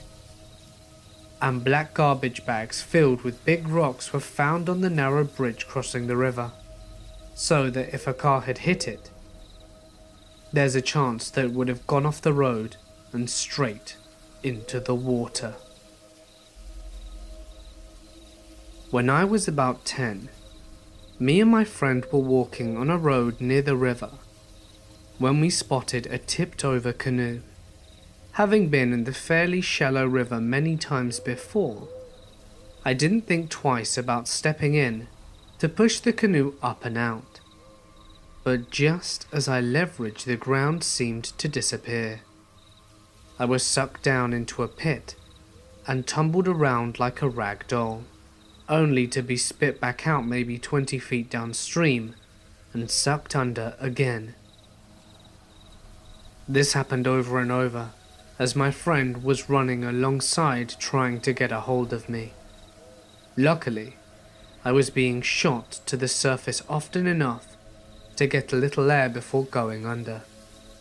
He eventually reached me with a branch, and I was able to get out. We didn't make a second attempt on the canoe, and didn't tell anyone about the experience for fear of getting in trouble. But a couple of days later, we learned that an elderly couple had just drowned upstream. Their canoe tipped over, and the undertow took care of the rest. I was nearly killed trying to get the same canoe that had just killed 2 people. I was about 13 years old, walking through a small section of pines back to my grandmother's house. It was a really dark and cloudy day, and was walking under the trees as it was very dim. As I walked, I saw a kid sitting underneath a tree ahead. This was a relatively rural outskirts of a small town, and there were only a few kids that lived around. I walked up to him to see who it was, as I didn't think I recognized him, so I stepped closer. It was a young boy, head down, gaunt and skinny. He was wearing burlap or wool pants, a ragged dress shirt, both very dirty and dingy. He had what looked like 2 little tin can wagons or cars, and was pushing them around in the dirt. As I got closer, almost right in front of him, a feeling of absolute dread and sickness washed over me, and all of a sudden, I felt like I was going to throw up. "Hey," I kind of stuttered. He looked straight up at me, and I froze like a stone, ice cold. In one quick move, he grabbed up his wagons and jumped to his feet, and circled around the back of the tree. It was quiet. I felt fine all of a sudden. I walked up to the tree, and he was gone. When I hiked alone frequently, I used to see flashes of colour out of the corner of my eyes. It happened often enough that I learnt to pretty much ignore them. I dismissed most of them as birds, small animals, or my imagination. The ones that still caught my attention were the red or blue ones, and one time, pink. The bright colours were more hard to rationalise away. Carbon Glacier in Mount Rainier National Park, June 5th, 2001. I remember crossing the suspension bridge on my way to the Carbon Glacier, and it looked to be in very poor condition and was missing a couple of boards, forcing you to take a large step. The second missing board was right in the centre of the bridge, where you're furthest from the ground. My sister crossed first, and stopped about 3/4 of the way across. She turned around slowly, looked back at me, and yelled for me to step on 2 slats at a time, as one just broke under her foot. I froze at the second missing board, and it took me several seconds to take that long step across the hole. We decided to use the lower crossing to avoid the suspension bridge after. These days, it was the only way to go since the trail on the other side of the river washed out. We were having a good day talking and laughing and telling stories. My sister was in the middle of a story when a flash of white went past my peripheral vision on the left. I ignored it, but what I couldn't ignore was the fact that my sister had stopped talking. I turned to ask her what was wrong, and she was pale. She said someone was walking up the trail and just disappeared as they approached me. She was visibly shaken and upset. I chose not to tell her about the flash of white, as I had seen it at the same time. We were both teary and shaking and hiked out pretty quickly and very quietly. It took me several years before I spoke about it again. When I told my sister about the white flash, she couldn't remember any of it, as she completely blocked out that day. 2 years later, in an effort to see the standing file account at Washington State, I was given permission from the Highline School District to hike on their property to the old Stampede Pass lookout, now at Camp Woskowitz in North Bend. The woman at the office told me that I should hike around the property after visiting the lookout. It was a beautiful sunny winter day. I hiked to the lookout and then started down a different trail. The trail was fairly open, with a lot of salal. I heard a little girl laughing off in the distance, and assumed that someone else was enjoying the trails like me. Not a moment later, there was a flash of pink. I'd never seen pink before, and it gave me quite a fright. I looked into the woods and saw nothing. My stomach turned and my eyes teared up. I decided I'd had enough of Camp Woskowitz, and quickly headed back to my car. I was babysitting in a very remote house in the middle of nowhere, up in the mountains on the coast. I remember it was around 9 p.m, and the kids' parents would be getting home in about an hour. I had put the kids to bed, so was downstairs by myself watching TV. However, every so often the TV would flicker to static, and to be honest, it was starting to scare the shit out of me. It wasn't until the point where I looked up from the TV and out the nearby window when I lost my shit. There wasn't anything actually outside, but it seemed as if I saw in the reflection what looked like a tin man standing not too far behind me from the couch. Needless to say, there wasn't actually anything there when I snapped my head back to see where it was in the reflection. I grabbed my shit and wanted to be out of that house as quickly as possible. I actually ran upstairs and sat down quietly where the kids were sleeping until the parents got home. I particularly remember that when the parents arrived, I said I had to leave, and I was pulling out of their driveway in my old shitty Ford Laser, and looked up into the kids' bedroom. The same reflection I saw earlier was looking back down at me, with a hand raised as if it was saying goodbye. I never babysat there again. At my grandparents' on vacation to Iowa. They live in the middle of nowhere. Couple elderly neighbors and cornfields for miles. It was around 2 a.m. and I was going to go have a smoke before bed. Their back porch has a big sliding door. Well, I walk into the room with the sliding door, and there's a guy in a creepy mask. He's quietly wiggling the door trying to open it. I got so scared, I felt my butthole clench up, and I dropped my cigarette. Right then, the guy freezes and looks right at me. He pauses, then starts frantically shaking the door trying to open it, like this dude was trying to rip the door off the house. I run over to my grandparents' gun cabinet and grab something. By the time I whipped around to point it at him, he was gone. I ran and woke up my grandparents. We all walked around the house with loaded guns for a minute, but the guy was gone. A couple of weeks later, some bald guy walked out of a cornfield wearing a dress. He stood by the highway for half an hour, then got picked up by some sketchy car. I won't even go into cornfields in broad daylight anymore.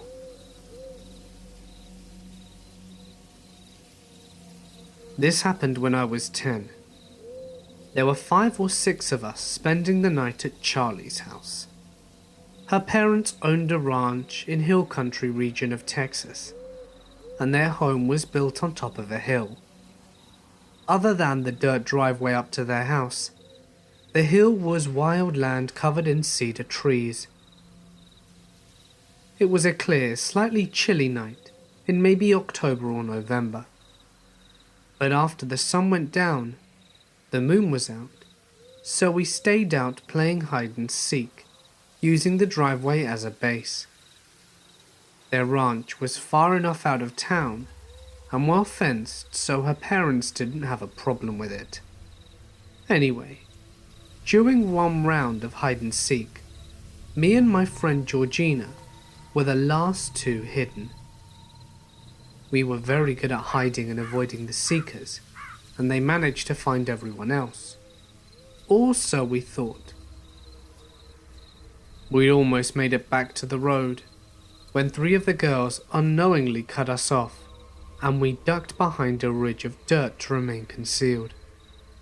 Georgina threw a rock across the road behind them to divert their attention, and we were waiting for them to get far enough off the road to make a dramatic rush for the safety of base, when I heard what sounded like a rock getting dislodged and sliding down the hill behind us. I thought Georgina might have done it, so I didn't say anything, but she kind of looked at me and asked if I was okay. I was about to reply when we heard what sounded like one of our friends, Charlie, the ones whose house we were staying at, calling from away down the hill behind us. "Help me." We bolted upright and yelled for the others. They came running back to the road, and we told them what we had heard. No one had seen Charlie since we'd started that round of hide and seek. We took them to the spot where we were hidden, and from there we called Charlie's name. For a moment, all was quiet, Then, faintly, even further down the hill, we heard her say, "Help, I'm stuck." We panicked and ran up the driveway as fast as we could to get to Charlie's parents. When we burst through the kitchen door ready to yell for her mum and dad, she was there at the bar eating a popsicle. "I wondered how long it was going to take for you all to find me," she gloated. We all flipped out, in the only way 10-year-old girls can. Her parents heard us freaking out downstairs and came down to see what's going on. We told them what happened, and her father grabbed his shotgun, got into the truck, and went to drive around the ranch, making sure that there wasn't anyone on the property who wasn't supposed to be there. He didn't find anything. I've always wondered what we heard that night. We didn't talk about it much, but I know it remained in all our minds every time we stayed there past sundown.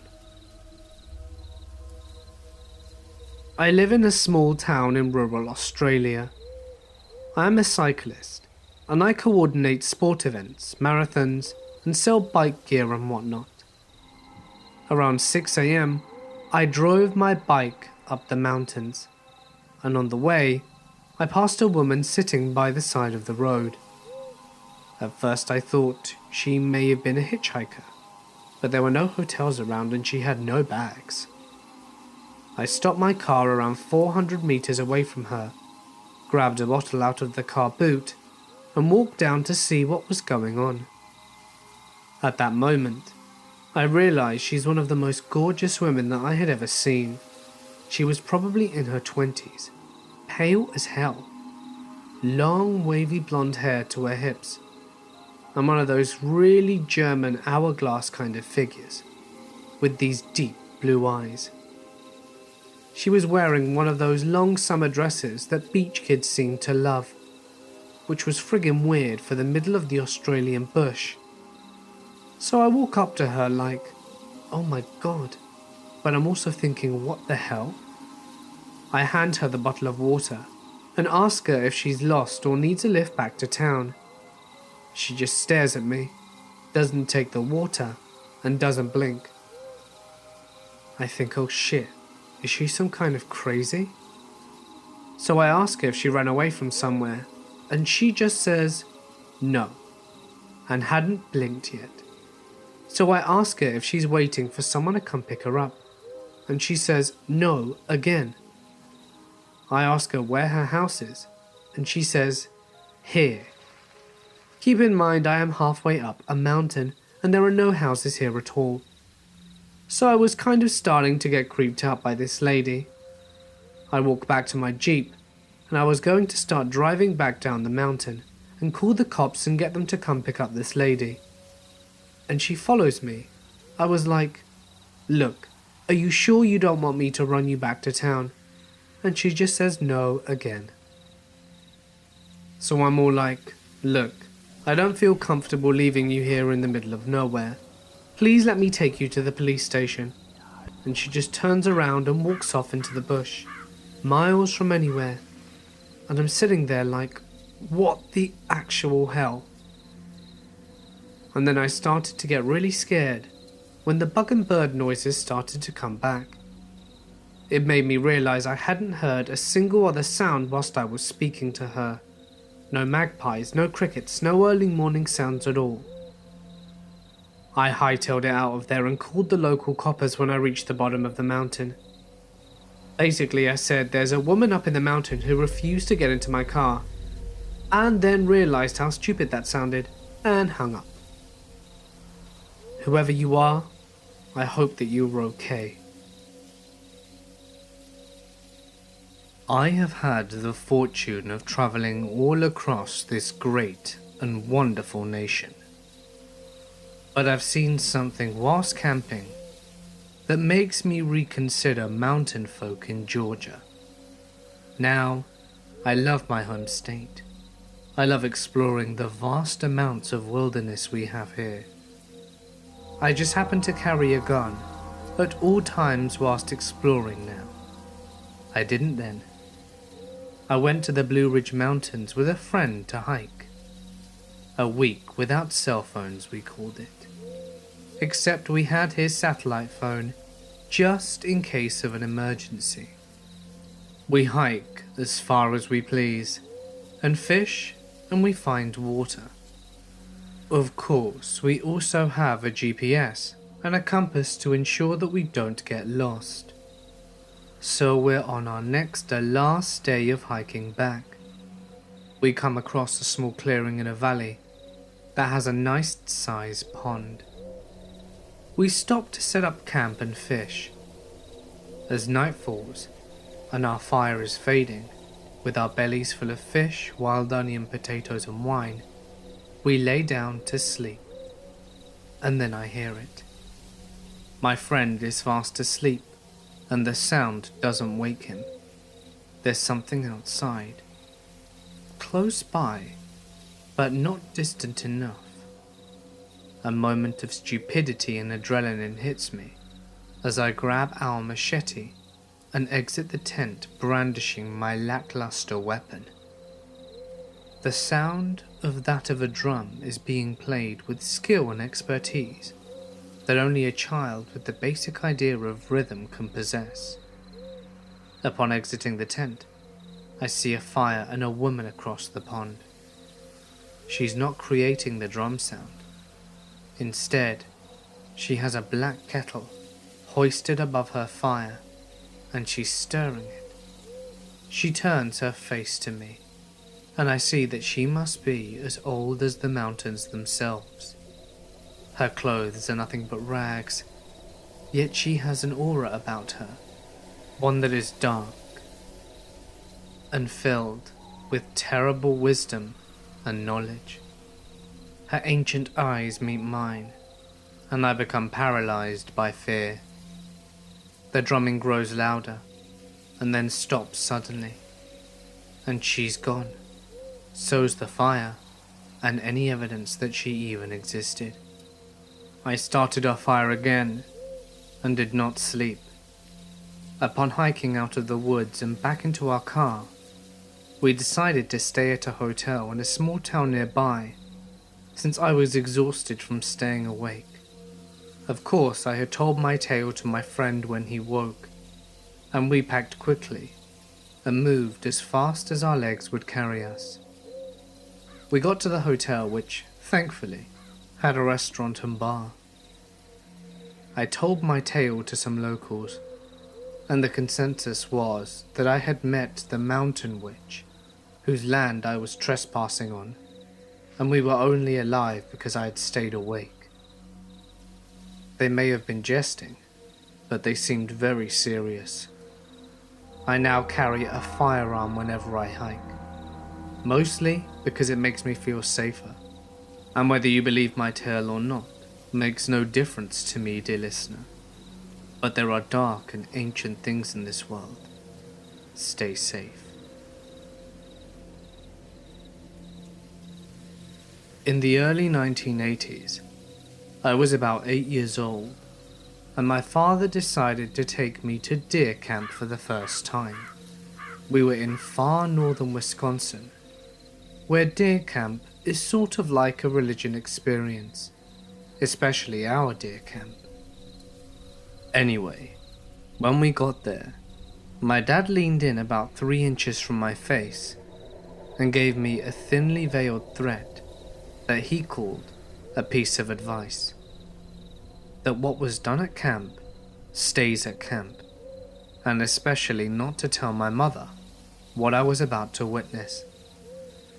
It was mostly just a bunch of middle-aged drunks in long johns telling dirty jokes and playing cards. But to my eyes, it was the best place on earth. The first morning, my dad wakes me up early to go hunting with his best friend, who had cancer and wasn't expecting to make it back for next year. We were way back in the woods in a standoff when an unseasonal thunderstorm rolls in and chased us back to the truck. On our way back to camp, my father slams on the brakes because he sees something in the middle of the road. It was raining so hard that we couldn't tell what it was from inside. So my dad went to take a look. A couple of minutes later, he climbs back into the truck and simply says, "She's dead." We raced for miles to the nearest phone to call the police. It turns out that she was heavily pregnant, had put her car in the ditch about 5 miles away, and had died from exposure when she became lost looking for help.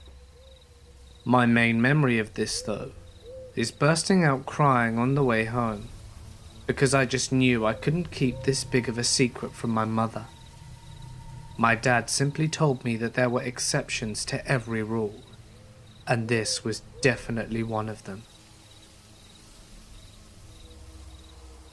I was running on the trails at the Nathan Hale homestead, an 18th century farmhouse and property of a Revolutionary War hero. This was in Connecticut, which is only about a 10-minute drive away from my grandmother's lake house.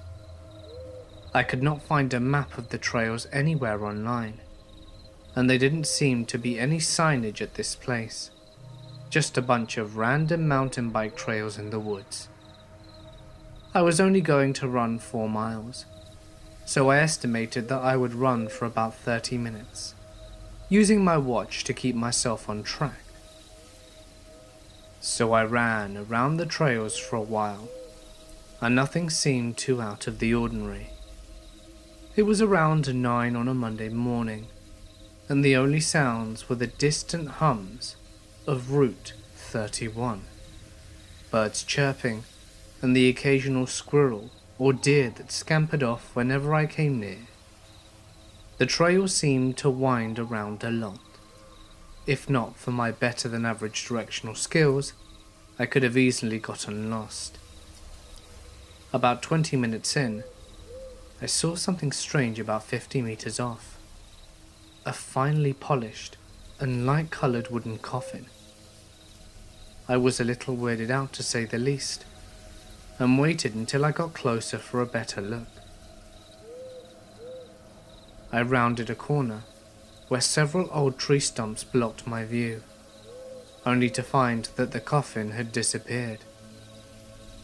Where it should have been, there was just a clump of ferns.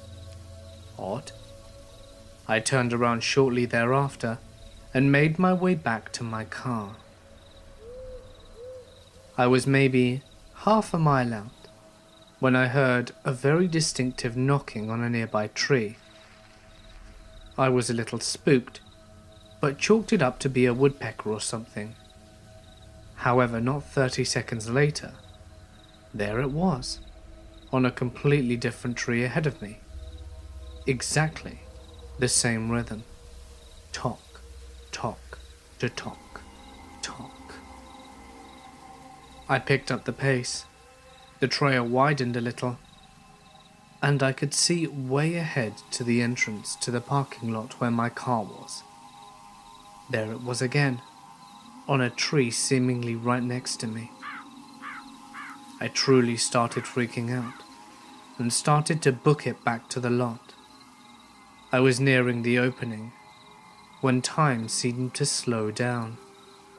All of a sudden, it felt like the temperature dropped about 20 degrees. The birds stopped singing, and my simple Timex watch started to malfunction, making all sorts of beeping noises, and the numbers glitching on the screen.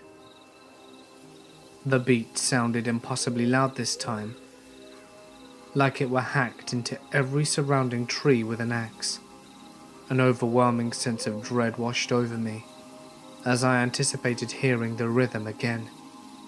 I burst into the parking lot, and everything went back to normal. The temperature was back in the mid-70s, and birds were chirping away. I looked at my watch, only to discover that it had gone completely blank. I stood there and stared at it until it flashed 12 o'clock, Monday, 1:01, January 1st. My watch had completely reset itself. It had never done this before. I got into the car and started the engine. The clock on the radio read 12. That couldn't be right. It should have been around 9:30 or 9:45 at the latest. So I threw her in reverse and backed up to where I could clearly make out was the main road. However, as I was about to throw the car into drive as it sat there, I heard a sharp, rapping sound on the back window, like someone hitting it with their knuckles. It was the same beat. There was no one else in the parking lot when I finished my run. No cars, nothing. I didn't dare look back and hightailed it back to my grandmother's house. I have no idea what could have caused this series of events, and I still could not explain it to this day.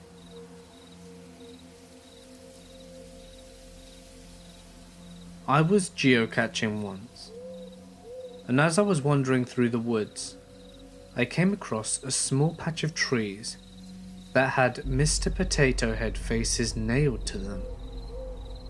I was a 15-kilometer drive from civilization, and nowhere near a trail.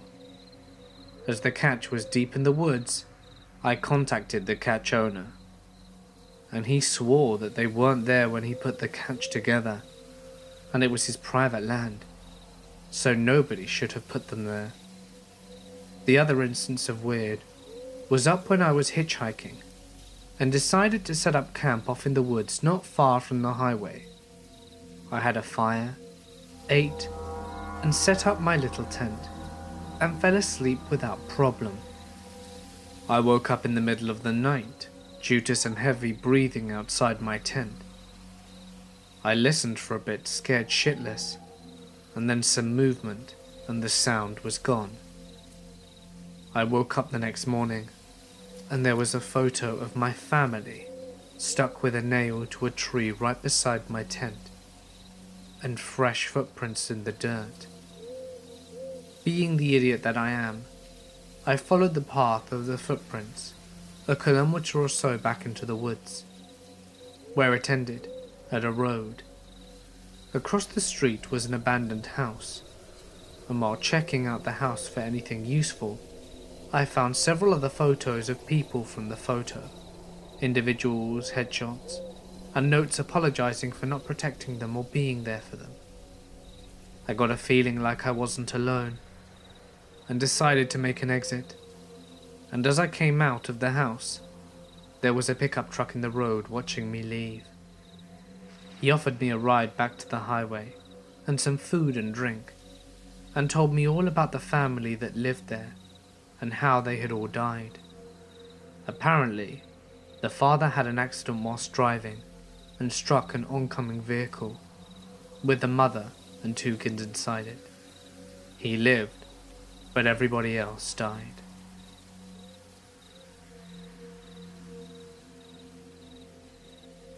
My brother James was part of the orienteering team in high school. For those of you who don't know, orienteering is where they get you to go to the middle of nowhere in teams of 2. They give you a map, a compass, and you must find your way back to each check-in station in order, and it's a race. So my brother and his partner set out and make it through the first few checkpoints, and they're feeling pretty solid. But they don't make it to the next one when they're supposed to. They double check the map, do some math, and figure out that they miscalculated some angle or another, and are now almost off the edge of the map. They recalculate and set off in a new direction. Keep in mind, the line was never intended to be part of the orienteering run.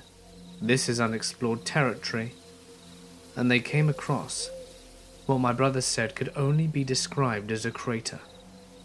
A deep bowl in the forest devoid of trees. And at the center was an ambulance.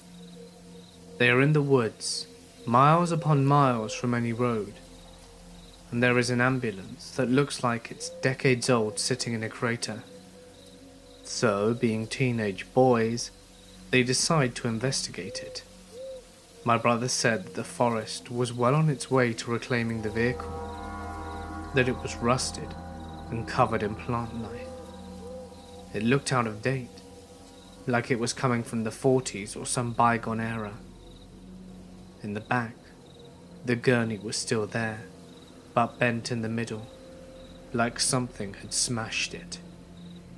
There were brown smears on the walls that could have been rust, or dirt, or shit or blood. They both got a horrible feeling from the place and took off out of there. My brother thinks he could probably find it again, but flat out refuses to.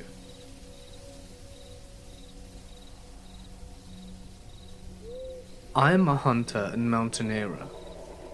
It was a chilly December morning, and I hiked in pre-dawn. I'm talking about an hour and a half to go 3 miles off the beaten trail. I got to my nest, and about half an hour before sunrise, and started to settle in. The wind kicked up a fog, and the fog rolled in that was thicker than a bowl of oatmeal. Within a few minutes, my visibility was about 5 inches. I'm sitting tight, huddled up against the freezing wind, when I start to hear twigs snapping close to me. For no apparent reason, what is normally a rapturous sound, indicative of an imminently successful hunt, sent a frosty chill down my spine.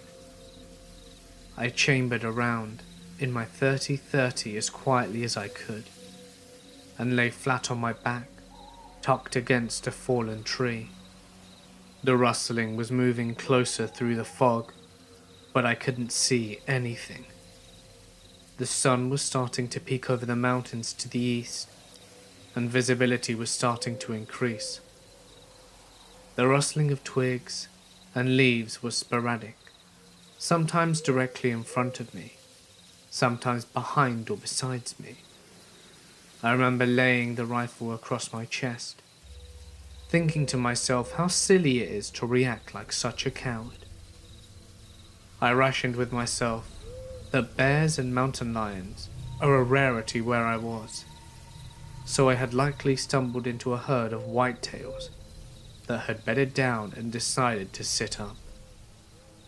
The rustling stopped immediately, as it was fully dawn by now. I was looking through the fog for the outline of my prey, which I had assured myself was literally around me. It wasn't. Seemingly nothing was. By now the fog had faded away, and it was apparent to me that I was alone in those woods. I hunted all that day, without seeing as much as a squirrel. Around 3 in the afternoon, after fighting the wind in an abnormally cold day, and not wanting to hike out by flashlight, I decided it was time to start back to the truck.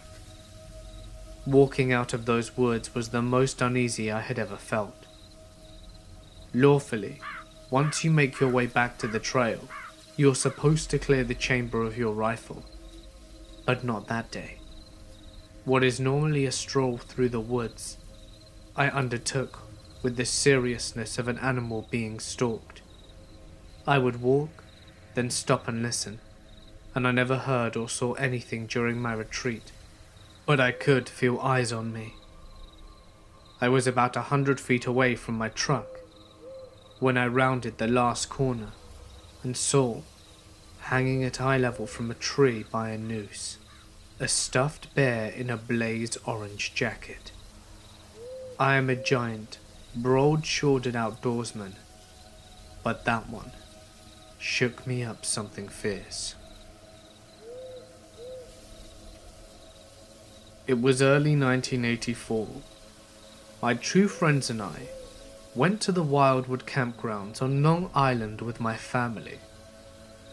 It was a safer time back then, so we thought we'd explore the forest. We went up to the cliffs, looking down at the beach, and back into the woods soon becoming bored, so we headed deeper in. The woods were dark, tangled and overgrown with weeds and brambles. It was obvious the area was not used or even explored often, as it was so dense, so we started heading back. We noticed something upon our return, a house in the middle of the forest, most windows broken with a sagging roof, old and out of place, with no road leading to it, and no power lines either. It had a mailbox at the front, as well as a brick chimney. We entered the small home, of only a few rooms on the ground level, and a gaping hole in the floor showed an exposed basement below. A rotting wooden table, surrounded by peeling wallpaper of roses that sat next to the kitchen. There was a collection of old things, and what I identified as a very small, white gas stove speckled with corrosion. The stairs up and down looked unsafe and rickety. Small animal feces was everywhere, and I don't remember any electrical sockets, lights, or anything of that nature. It must have been from the early 20s or 30s, and the forest had begun to grow around it. The whole place was creepy, and smelt like egg or a struck match, but what made it really creepy was the hole in the floor. We could only see part of it, as the floor bowed, and we feared getting too close. We could see on the basement floor that there were hundreds of playing cards, but only red ones, hearts and diamonds. I'd guessed that they were all red, everything else was really dark. They were poured up in a heaping pile. For why, or if anything was underneath them, we will never know, because it scared us for some reason. The dark hole lit only by that spot, making the white and red cards seemed brighter. They were clean, they were new, and we got the hell out of there.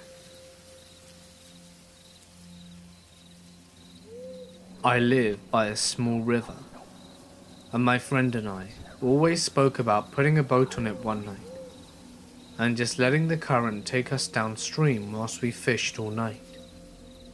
Well, a few years ago, we finally did it. We loaded up the boat with our fishing poles and a case of beer, and headed out around 10 p.m. We put the boat in up the river, and my friend's girlfriend drove the truck home. The trip was only about 4 miles in a straight line, but throw in the curves of the river, and it was doubling back on itself. The actual trip was more like 15 miles. We'd been told it'd take about 6 hours, so we got to the river around midnight, and expected to be home before 7 a.m. The river was really low that night, but we didn't expect it to be an issue, so we shoved off.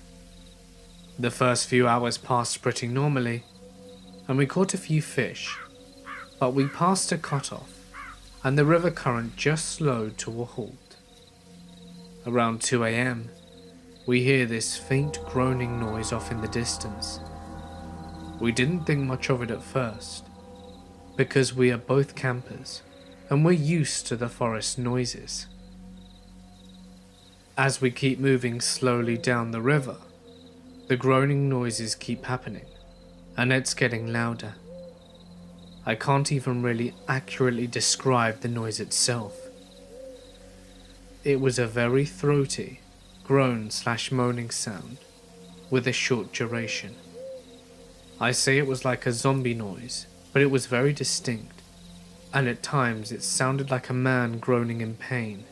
For the next half hour, the noise got louder, until it felt like it was literally just out of sight on land, and it was loud. So I mentioned the river was really low. Well, at this point in our trip, the river walls were nearly vertical and 10 feet high. The sound is at its loudest right now, but as we go down the river, it doesn't get any quieter. We aren't moving past the groaning. It's following us in the darkness of the forest. We're both getting weirded out about it, and we're both assholes, and we're amplifying the situation by coming up with all kinds of scary things that it could be. It's a zombie, or a dying man trying to yell for help, a banshee, a ghost, or could it be a serial killer messing with us? Maybe it's a siren trying to lure us off course. As it nears 3 AM, we're way behind schedule. To say I'm on edge is an understatement. I was trying to play it cool because my friend was playing it cool, and I didn't want him thinking that I'm a pussy.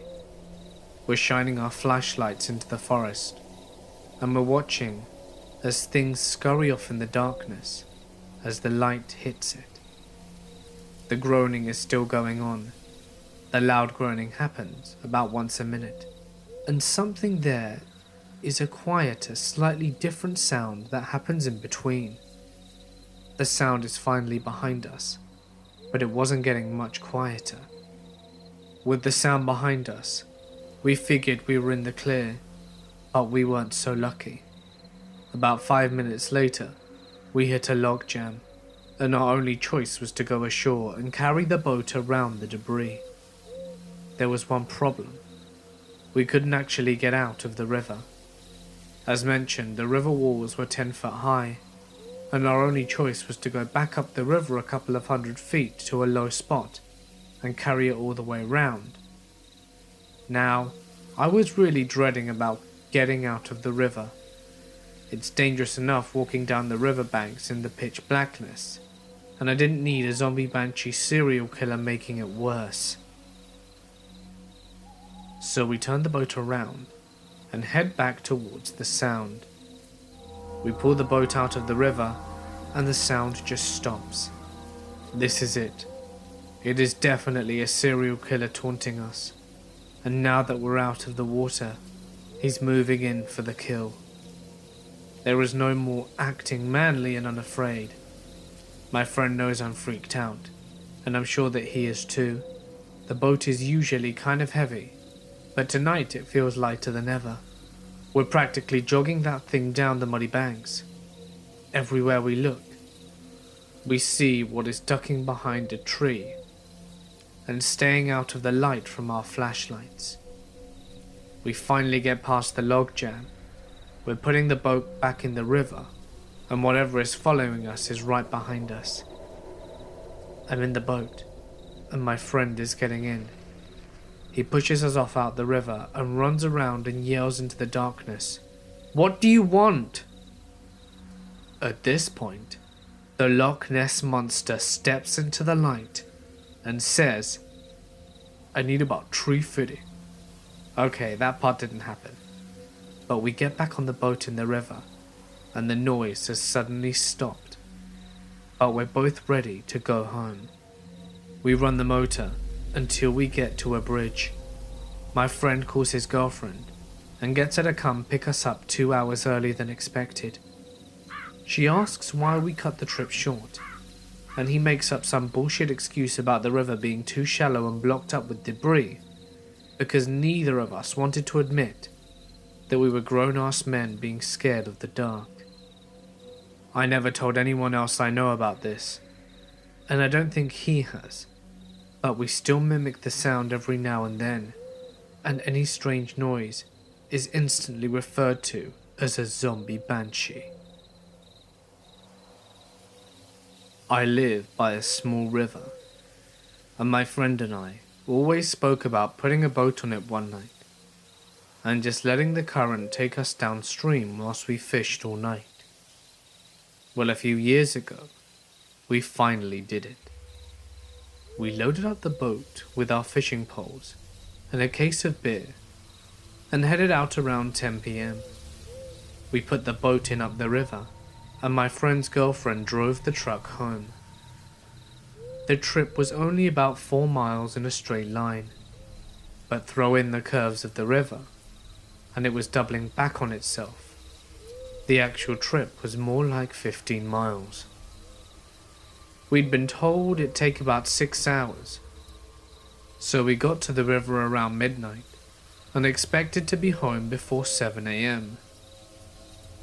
The river was really low that night, but we didn't expect it to be an issue, so we shoved off. The first few hours passed pretty normally, and we caught a few fish, but we passed a cutoff, and the river current just slowed to a halt. Around 2 AM, we hear this faint groaning noise off in the distance. We didn't think much of it at first, because we are both campers, and we're used to the forest noises. As we keep moving slowly down the river, the groaning noises keep happening, and it's getting louder. I can't even really accurately describe the noise itself. It was a very throaty, groan/moaning sound, with a short duration. I say it was like a zombie noise, but it was very distinct, and at times it sounded like a man groaning in pain. For the next half hour, the noise got louder, until it felt like it was literally just out of sight on land, and it was loud. So I mentioned the river was really low. Well, at this point in our trip, the river walls were nearly vertical and 10 feet high. The sound is at its loudest right now, but as we go down the river, it doesn't get any quieter. We aren't moving past the groaning. It's following us in the darkness of the forest. We're both getting weirded out about it, and we're both assholes. And we're amplifying the situation by coming up with all kinds of scary things that it could be. It's a zombie, or a dying man trying to yell for help, a banshee, a ghost, or could it be a serial killer messing with us? Maybe it's a siren trying to lure us off course. As it nears 3 AM, we're way behind schedule. To say I'm on edge is an understatement. I was trying to play it cool because my friend was playing it cool, and I didn't want him thinking that I'm a pussy. We're shining our flashlights into the forest, and we're watching as things scurry off in the darkness as the light hits it. The groaning is still going on. The loud groaning happens about once a minute, and something there is a quieter, slightly different sound that happens in between. The sound is finally behind us, but it wasn't getting much quieter.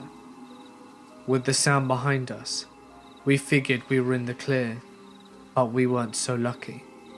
About 5 minutes later, we hit a log jam, and our only choice was to go ashore and carry the boat around the debris. There was one problem. We couldn't actually get out of the river. As mentioned, the river walls were 10 foot high, and our only choice was to go back up the river a couple of 100 feet to a low spot and carry it all the way round.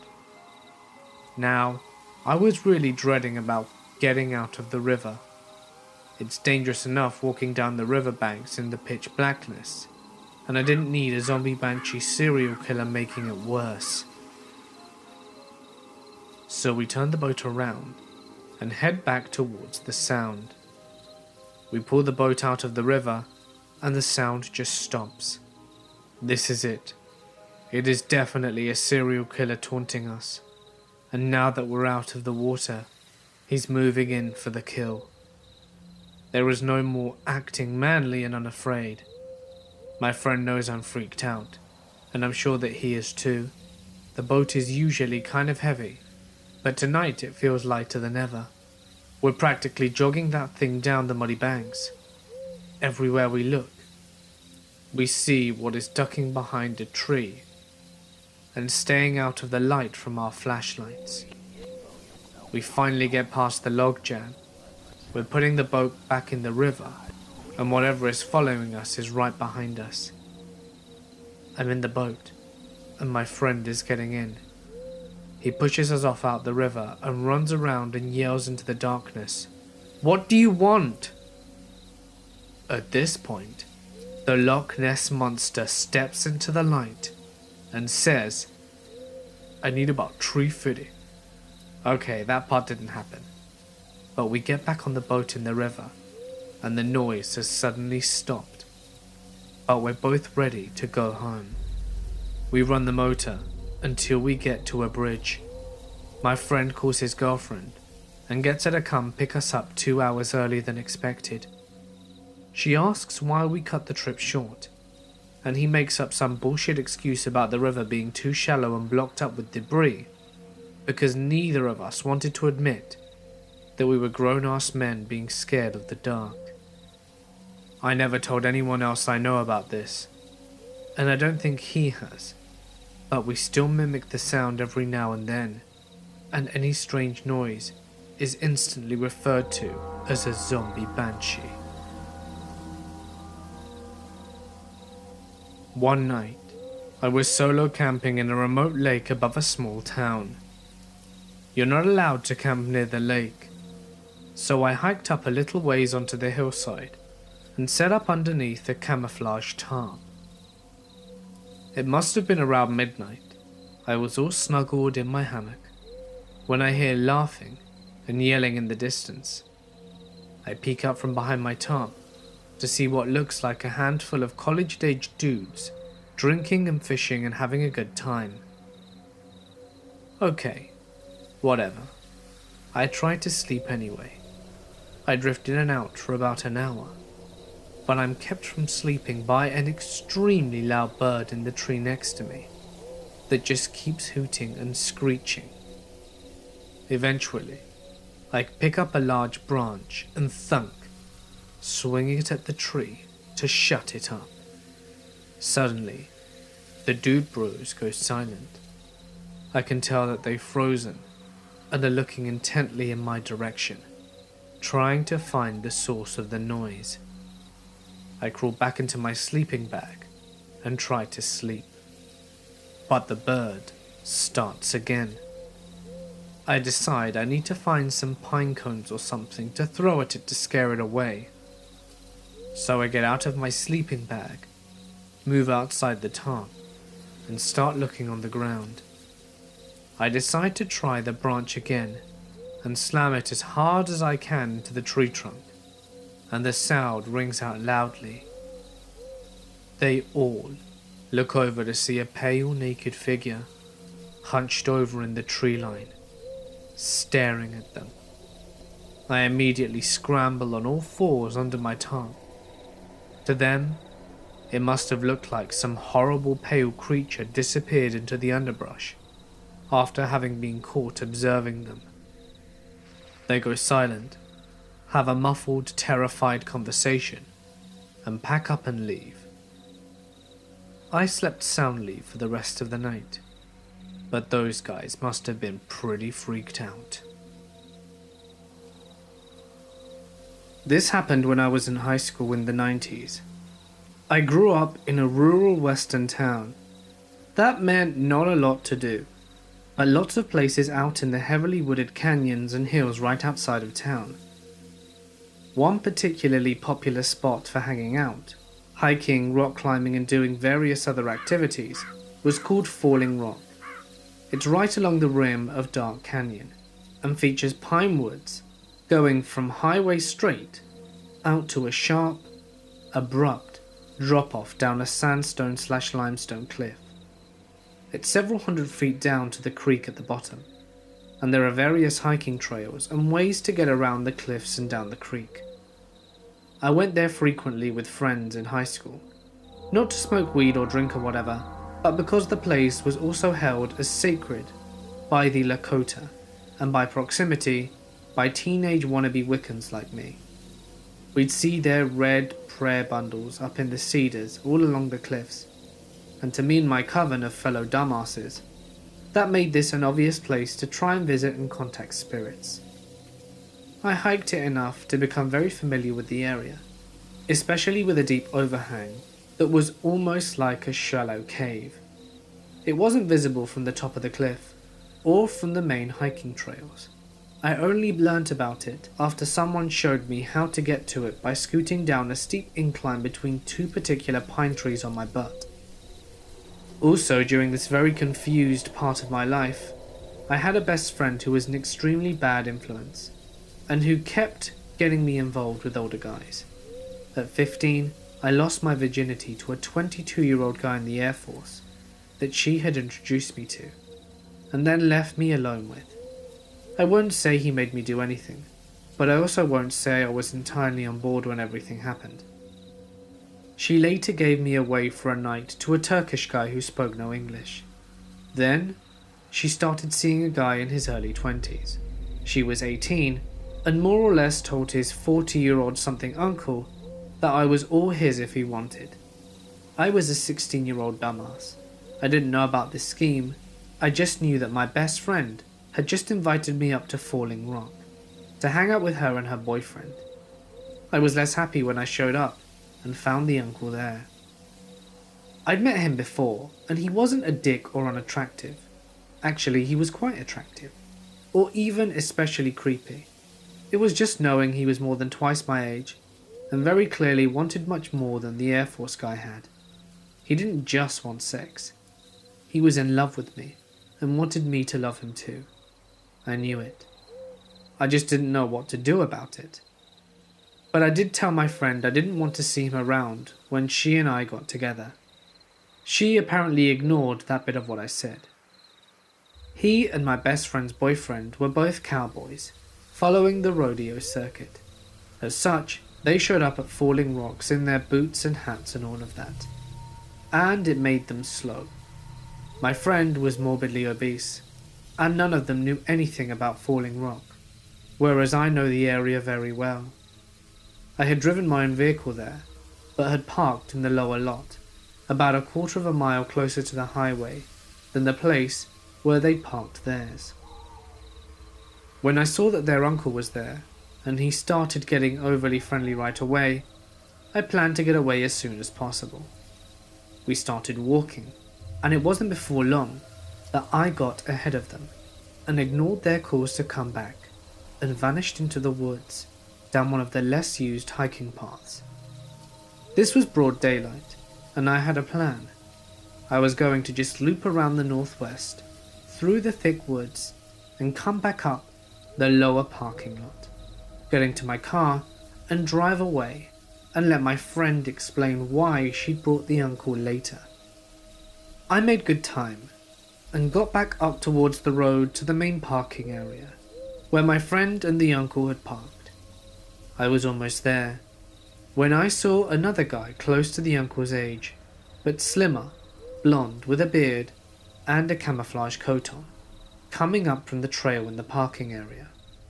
We were a few hundred yards away from each other, but he stopped, clearly seeing me. I don't know what it was, but I didn't like something about his stance. His expression, I don't know what. I started to slink back down the draw I had come up, and he started to follow. No mistaking it. He turned off a well-worn obvious path to the Falling Rock cliff face to follow me, little teen-aged girl, down into nothing but deer trails and scrub and cacti. He didn't say anything all the while. It seemed like he was trying to be as quiet as possible. I knew the area better than he did though, and was a lot less cautious about my footing. I got back to the top of the cliff as quickly as I could, and popped up just ahead of where the uncle was sauntering along the edge, right next to where the big overhang would be. The uncle and I saw each other. I pointed back down the trail where the strange guy with the beard could clearly be heard stomping up behind me, and then I dropped down on my ass and boots scooted right out of sight.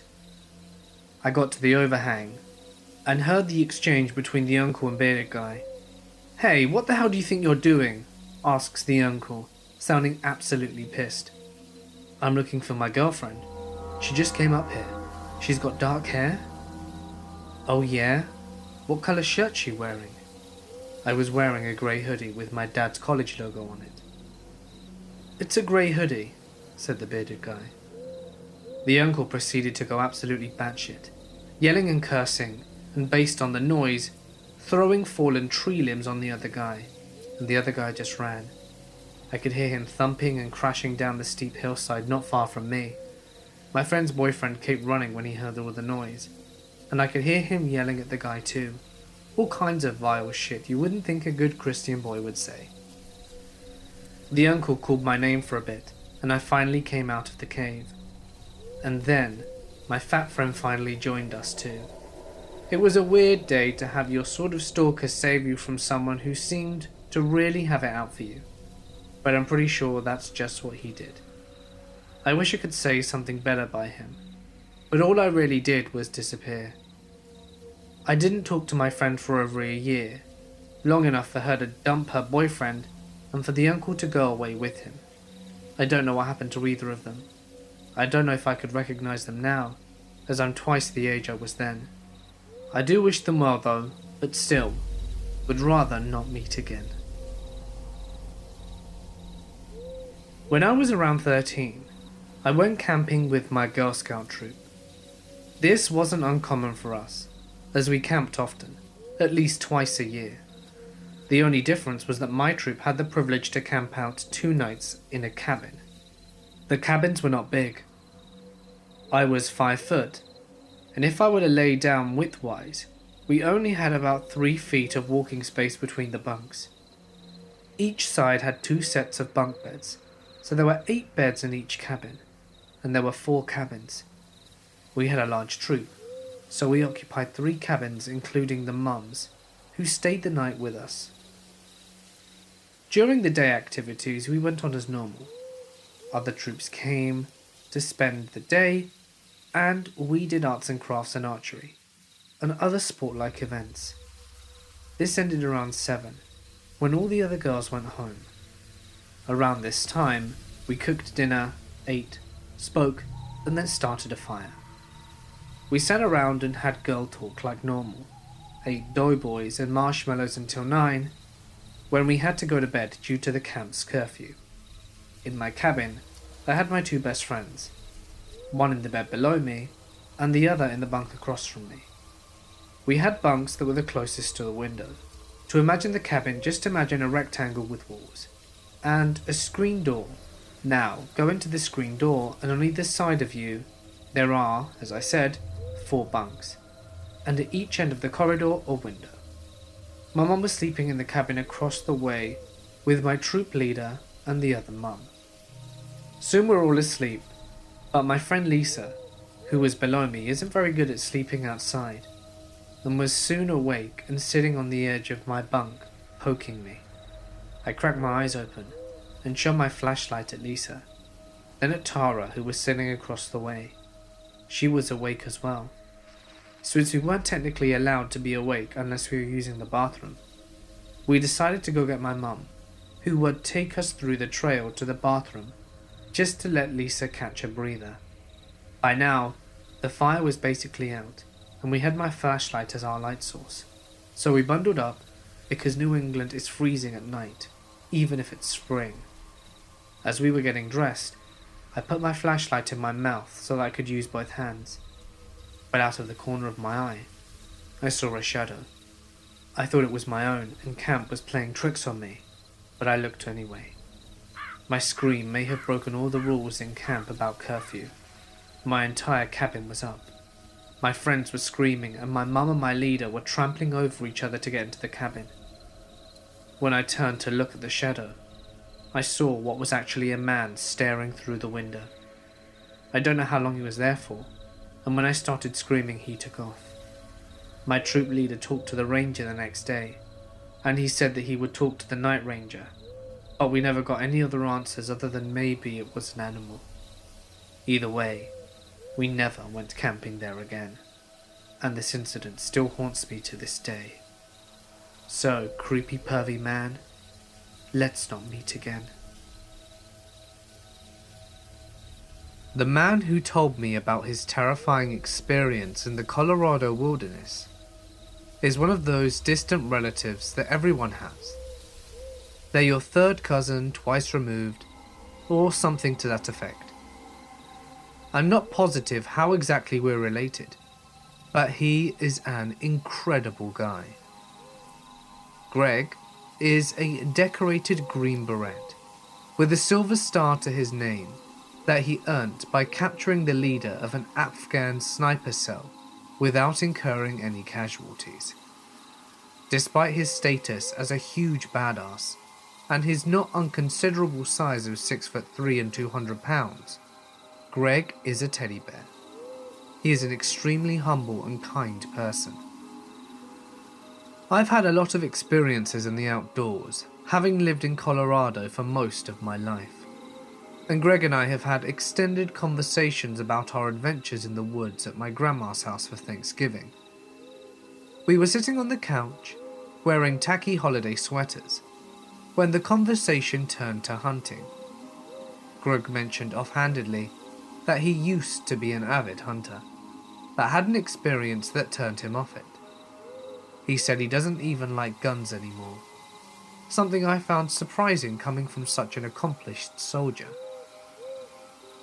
I pushed him to tell me what happened, and thought he seemed uncomfortable with the idea, but he finally relented and did tell me. I'm going to switch this to first person now, to tell it to you in the same way that Greg told this story to me. It was late October, which means elk season up in Indian Peaks Wilderness, and I went up there to bag a few elk and just relax for a few days by myself. I parked the truck near a trailhead about 8 miles from where I wound up setting up camp, and was looking forward to a nice weekend in the woods with some peace and quiet after packing all my gear in and getting ready. The first morning, I was in my deer blind, about 20 feet up a tree, with a cup of coffee and my rifle. The sun had just come up about an hour ago. About 50 yards from my tree, the tree line ended and opened into this big meadow where a lot of the elk tended to roll through, and I could sight my rifle pretty well through the trees and see most of this big grassy area. Perhaps a couple of hours had passed, which isn't really boring in the deep woods. I just drank coffee from my thermos and listened to all the life around me, feeling the woods getting ready for winter. I couldn't believe my luck when I glanced over at the meadow and saw a large group of elk had started grazing in the meadow. The silent animals plodded along, oblivious to me watching. Among the group was one of the most beautiful elk I had ever seen. It's what was called a monarch, which means it had antlers with 8 points each, something really rare. I quietly clicked the safety of my rifle and sighted it. When you're hunting an animal like this, you want to put a bullet right where the skull meets the spine, in order to sever the spinal column and kill it instantly and painlessly. The focus, when you get it in the zone, is incredible. I swear I could feel the firing pin punch forward, and the bullet would leave the barrel as I pulled the trigger. That beautiful elk went down silently, and all the others scattered for the tree line. I was ecstatic about the shot and the elk as I climbed down out of the blind and set off for the meadow. I had left my rifle in my blind, something I regretted soon, and had only my small knife on me to gut the animal and drag it back to camp. As I was making the short walk between my blind and the meadow, I noticed that the woods around me were completely silent. Some of this is normal after you fire a gun in the woods, but for it to drag on this long was unsettling. I thought nothing of it, and continued to walk the short walk through the dense pines. As I was about to clear the trees and step into the meadow, I noticed something odd. I could see the elk's body lying in the grass through the trees, but there was something else. There was what looked like another elk, antlers and all, on the opposite side of the dead elk from where I was coming to walk out of the tree line. almost looking as though it were gently nuzzling the elk's dead body. This was weird, to see an elk treat a dead elk like this. They usually scatter, but I continued walking towards it, trapezing in the duff and hollering in an attempt to startle this other elk off. It snapped its head and looked up at me. Over the body of its fallen friend, this strange new elk eyed me with an unafraid glare. I say glare because it didn't feel like an animal looking at me anymore. Its glassy black eyes gave me the same caught, red-handed feeling that you got when your parents would catch you doing something wrong. I felt suddenly uncomfortable and out of place in the woods that I loved so much, and somehow hated and guilty. I no longer wanted the elk, and I stopped dead in my tracks and watched this animal, and it eyed me angrily. What it did next gives me nightmares to this day. The thing that stood before me on the other side of the dead elk must have been lying on its stomach, and it put its arms down and pushed up, putting its legs underneath it. It reared back, glaring at me, along with its evil glass eyes. My breath caught in my throat. Most of its body was at least somewhat human, but terribly emaciated and elongated. It appeared to stand at least 10 feet tall, not including the antlers atop of the elk's head. It was bald everywhere but the neck up. It looked stickly pale and pink. Its legs at the knee bent backwards, like the back legs of an elk. This horrible, skinny, naked, unnatural thing just stood there, glowering at me, with a hatred that was palpable. The woods around us were silent. It might have been a second, minute, or hours. I felt the disapproving parent feeling shift. I felt more like an ant under a shoe. I took a step back. My boots felt 10 pounds. My body felt numb, and the noise of my footstep was ear-splitting.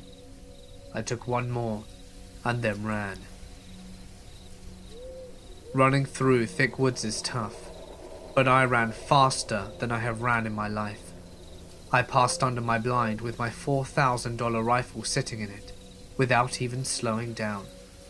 I ran all the way back to my camp, which must have been a mile, before I stopped and took my breath. It took me another minute to dare to look behind me. I was alone, but the woods around me were still silent and brooding. I wanted more than anything to pack up and go home, but I knew that I could not make it back to the car before nightfall, and I didn't want to be exposed at night. I cooked an MRE in my tent and stayed there for the rest of the night. When night fell, I wrapped myself in my sleeping bag and tried to sleep, but I couldn't stop myself from starting at every little noise. I kept thinking about possible rational explanations for what I saw. Maybe there's a crazy guy out there who found an elk head and is wearing it around scaring people. But no explanation I came up with quelled the maddening feeling of fear that I felt, the horrible sense of being hated and guilty and far from home. And nothing explained why that thing was 10 feet tall with inverted knees. As soon as the sun came up, I ran back to the blind and took it down. Then, I ran back to camp with my rifle and pack, packed everything up, and hiked out. I've never fired a gun in the woods since, and I don't intend to ever again. I'm not a spiritual person, but if that wasn't something in the forest telling me to leave it alone, I don't know what is. I can take a hint. I don't think I'll ever know exactly what that creature was, but I know what I saw. Next time you're up in the woods alone, be quiet, be respectful, and don't kill anything that you don't have to. I thought at first that Greg's story was too far-fetched to be true, but as he told it, I saw how truly scared he was. This confident, softly spoken military man was stuttering through his story, hands shaking and face pale. I still don't know what to make of it. But the area he said it occurred is one I'm quite familiar with, and it can be an eerie place. Sometimes, being alone in the woods can feel like anything but. It just might be that there's some force out there, some inhuman creature who guards the woods. Just in case, I take extra care to be respectful whenever I'm among nature. You never know who could be watching. I'm not convinced there is an afterlife, or such a thing as ghosts or demons, but I once saw something in the woods that felt so unnatural, it made me second guess how I see the world. I was hiking up a hillside, thick with trees, in the middle of the night during a long weekend. Some friends and I decided we would hike to the top of the hill and light off some fireworks. Approaching the hill and surrounding the base of the hill was a rolling grass valley. It was around midnight, full moon, and a light mist, something straight out of a horror movie. The strange part was, I wasn't nervous or scared or anything. I was having a great night with my buddies. I didn't have any of my defenses up. My buddies and I just hiked in a straight line through the rolling grass valley approaching the hill, when something caught my eye. On my right, I saw a tall, shadowy figure standing perfectly upright on the top of a small grassy hill. It was standing there right next to a large dead tree. I couldn't make out any details. Both the tree and the tall figure were silhouetted underneath the moonlight. The strange part was seeing this figure didn't scare me. I didn't immediately sense any threat. I almost assumed it might have just been another hiker or somebody having a smoke. I passively turned my flashlight on it, and that's when it happened. In an instant, as my light hit the spot where the figure was standing, it instantly moved just outside the range of my flashlight, like it teleported or something. But just as vividly, I saw it standing in its initial spot as my light hit that spot and the figure moved. I could see it standing just outside my range of light. My breath paused in an instant, and a wave of dread washed over me. Something felt 100% unnatural about what just happened. As a reflex, I moved my light to the new spot where the figure was, and as my light passed it, it disappeared. I've never passed out in my entire life. Not from heat, not from getting knocked out, never. But in that moment I felt my knees give way from underneath me and I fell to the ground. My friends turned and looked at me trying to pick myself up from my knees, and they were too wobbly to stand. They helped me, and I tried explaining to them what I experienced. Perhaps it was all just shadows and lights and my eyes messing with me. But I'll never be able to explain that sensation. The feeling like I had just seen something I shouldn't have seen, something so unnatural that my body's instinctual reaction was to just go limp. My father used to have a business in maintaining the woods. It's a thing in my country. It basically means cutting down dead trees and hauling them out of the area, as well as generally being a tree surgeon. This means that he was out in the woods all day, and he was allowed in places normal citizens couldn't go to because of the rules of the Forestry Commission. My dad was working in the early morning when he suddenly noticed a car in the middle of the woods. It drove through a small path normally only used by the foresters. It wasn't a car from the Forestry Commission, so he thought it was very weird. However, Dad was alone and it was the 80s, so there were no mobile phones to contact anyone. Since it was in the middle of nowhere, he decided to ignore it. He kept on hauling wood through the woods with his horse, and he suddenly heard the men speaking. Now my dad is a brave man and as strong as a bear, so he decided to just have a quick peek to see what the hell those folks were doing. My dad looked around some thick bushes to make sure he could see the men. They were digging a hole. My father decided that it was something he really didn't want to interrupt, and he kept working throughout the day like nothing ever happened. He made sure to keep some distance between him and the digging site.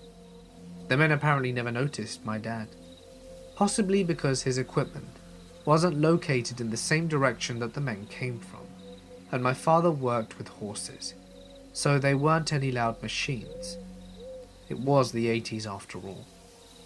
At the end of the day, my father went to the local commission office and reported it, and they called the police. After they went to investigate, they found a body of a young woman buried there. It still irks my dad to this day. He was out there alone. What if the man saw him? What if he decided to check the burial ground out himself? Scary shit. A few weeks ago, we were on a road trip from British Columbia to San Diego, and we came upon a campsite just outside of Crescent City, California. We drove through it. One side of the campground was relatively empty, and I noticed a few scattered tents, but nobody close to the location we ended up picking. We had tons of space. We wanted an early night, so I started a fire whilst my girlfriend began cooking. We ate it, had a few beers, and climbed into our rooftop tents, with our dog by 9 PM or so. I had a rough time sleeping, and woke up a few times, but finally fell into a decent sleep. In the pitch dark, with all of our tent windows and canvases closed, I was awoken at 1 AM by someone whistling outside our tent, the tune of When the Saints Come Marching In. After a few minutes of this repetitive whistling, I nudged my girlfriend, who awoke and was obviously freaked out as well. The whistling then turned to chanting things like, "When you sleep, you disrespect me. When you disrespect me, you disrespect the US Marines." The person would then start spelling out words like flee, and the verbiage and tone kept getting more aggressive, so we decided we had to make a move. I slowly unzipped the tent whilst our guard dog was snoring, and got my head out of the tent. I took a few seconds to let my eyes adjust and figure out where the person was. I felt more confident once I could somewhat see and hear, so I climbed down and my girlfriend passed me the dog, and she climbed down too. We flipped the tent up without securing it, and we jumped into the truck, while the person was still whistling. We went to a motel in Crescent City. The next morning we drove back to get a few belongings that weren't in the truck, and a family who had been camping a few sites over said it went over for 2 or 3 hours, and it was the scariest thing that their family had ever experienced. When I was young, my dad lived in an old log cabin about 15 miles west of Sheridan, Wyoming, in the foothills of Bighorn Mountain. Every summer when I was visiting, we would go up to the mountains backpacking and fishing for 2 days every weekend. We would park the truck, hike into a remote area, fishing for trout along the way, and make camp wherever we ended up. We encountered a number of strange and creepy things, and got into some scary situations with wildlife. But the situation that sticks out with me the most was an ancient abandoned camp we found. We were hiking down a very steep slope to get to an area of a creek that had been dammed up by beavers, hoping to catch some big trout. I had climbed out on a rock ledge and was looking for a way down when I saw the stock and action of an old rusty rifle sticking out of a tree, where the tree had grown around the barrel for years before. It was around 10 feet above the ground. Dad and I climbed down to check it out, and we found a small cave at the base of the rock, a formation only about 12 inches deep, which would make a nice natural shelter, but a really terrible place to set up a long-term camp. Inside we found a bunch of really old stuff. 3 heavy gauge unopened cans of food, an old cast iron pot that had holes rusted in all the way through, a crusty old saddle and bridle set, a very deteriorated heavy woolen blanket rolled up and tied with a leather belt. When we unwrapped the blanket, we found several personal items, including a rusty old cap, a ball black powder revolver, a leather satchel with a lead pistol shot, and a powder horn with no black powder in it, tarnished old cartridges, presumably for the rifle in the tree, a straight razor, and most unsettling of all, was a shirt with holes in it, and over half of it stained with dried blood. As we stood there thinking about what all of this meant, it occurred to me how remote this place was, even at the time of July 1985, and the fact that whoever owned that shirt had been very seriously injured. Stuck on a steep slope in the middle of absolutely nowhere, I got serious chills down my spine. The only thing that somewhat dated this fateful campsite was the pistol and the rifle, both of which were made sometime in the 1870s according to my father. There's no way to ever know what happened to the man who owned all this stuff, but the fact that he, or someone he knew, obviously shot twice with either a gun or arrow, and all of his belongings were sitting right there where he left them possibly 100 years later, it was highly unlikely that he left the area alive. Discovering what amounts to an 100-year-old crime scene in this very remote wilderness kinda gave me the creeps, but mostly, it just made me sad to know how hopeless and alone this guy must have felt when he died. I asked my dad if I could keep the pistol, and he simply said, "It's not mine to give, and we're not thieves." He chose instead to teach me a lesson about respecting the dead and preserving history. He had been very careful inspecting everything, and we put everything back exactly as we had found it. My dad then told me to take my hat off and observe a moment of silence and reflection as a sign of respect for the man who most likely lost his life on that mountain. Then we went fishing. I tried several times over the years to find that spot again, especially now that I have sons of my own, but sadly, I've never been able to find it. A few years back, we were doing a massive survey in the middle of nowhere in the interior of British Columbia. All the crews had gone home, and it was just my boss and myself left for a few days to follow up and confirm some coordinates and finish some mapping. We head out of the motel an hour or so into the bush, middle of nowhere along deactivated logging roads. The closest town is miles and miles away, and we hike out to one area that we had found a few weeks previously. For some reason, the whole area just felt off. So we get down to business, and about 15 minutes after being haunched over mapping, there is this weird deafening whomp sound, like I could feel pressure in my ears. I immediately looked at my boss about 20 feet away, and he is white as a ghost staring back at me, standing, and then it happens again. My ear and chest pressure go crazy, and it feels like I am being squeezed. Chills all over my body, and every hair is standing on end. My boss just looks at me and says, "Let's go." We grab all of our stuff and speed hike back to the truck. We never discussed it. No clue what it was, but I've never been so freaked out in my life. Thinking about it 10 years later, I still get the chills. I was camping in the Florida Keys one winter. I managed to survive the large snakes and even larger alligators, as well as the scorpions which would get into my shoes at night. But one experience that I shall never forget. My campsite was next to an old rock quarry which had filled with water and made it a good place for swimming and getting water from. There was also an old dump site near the quarry, with piles of stoves and fridges and other junk.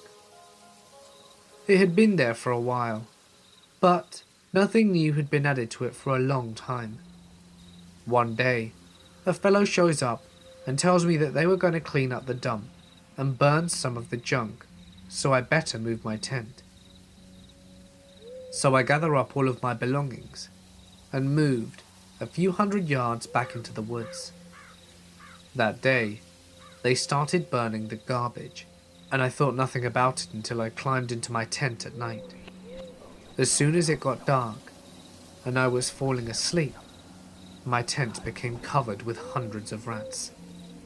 I guess they had moved out of the dump because of the fire and were just wandering around looking for food. They were everywhere, climbing up my ropes and over the top of the tent. I shook as many as I could off and started a fire and stayed up all night hoping they wouldn't return. They seemed to be gone, so the next night I stayed in the same place thinking they had moved to another dump or something. But no. As soon as it got dark, they all returned, bringing some of their friends, as it seemed that there were more than ever. I again shook them off my tent and got the fire going. When morning came, I packed up my tent and headed for a new place far away from those rats. As I was walking down the highway, wondering if I should return to another camping spot that I had previously been in, there, on the highway, near to the place, was a dead 11-foot alligator, which had crawled out from the mangroves only a few feet from where I had been camping a few weeks prior. I decided that my Florida camping adventure had gone on long enough and headed home. When I was 18, me and my friends took a road trip about 7 hours or so down to Apalachicola National Forest near Tallahassee, Florida. We were going to do a little car camping, drinking a few ice-cold Natty Lights, 18-year-old stuff. As we didn't want to be bothered by any park rangers, we drove way deep into the woods. We got there, set up camp, and had said Natty Lights. And me and a guy decided to do a little exploring. So we walked about 100 yards from our site back to the main road, saw another path directly across from us, and started walking. Immediately we started seeing signs that someone had been living there for a while. Big bags of trash, stuff like that.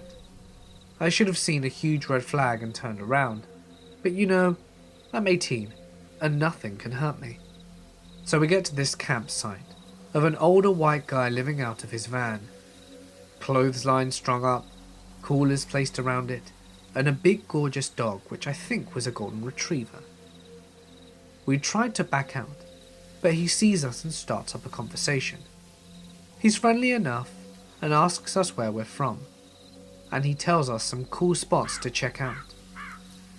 We ended up chatting to him for about 10 minutes, and then we went on our way. I kept thinking how odd it was that he gave directions in steps, not yards or miles.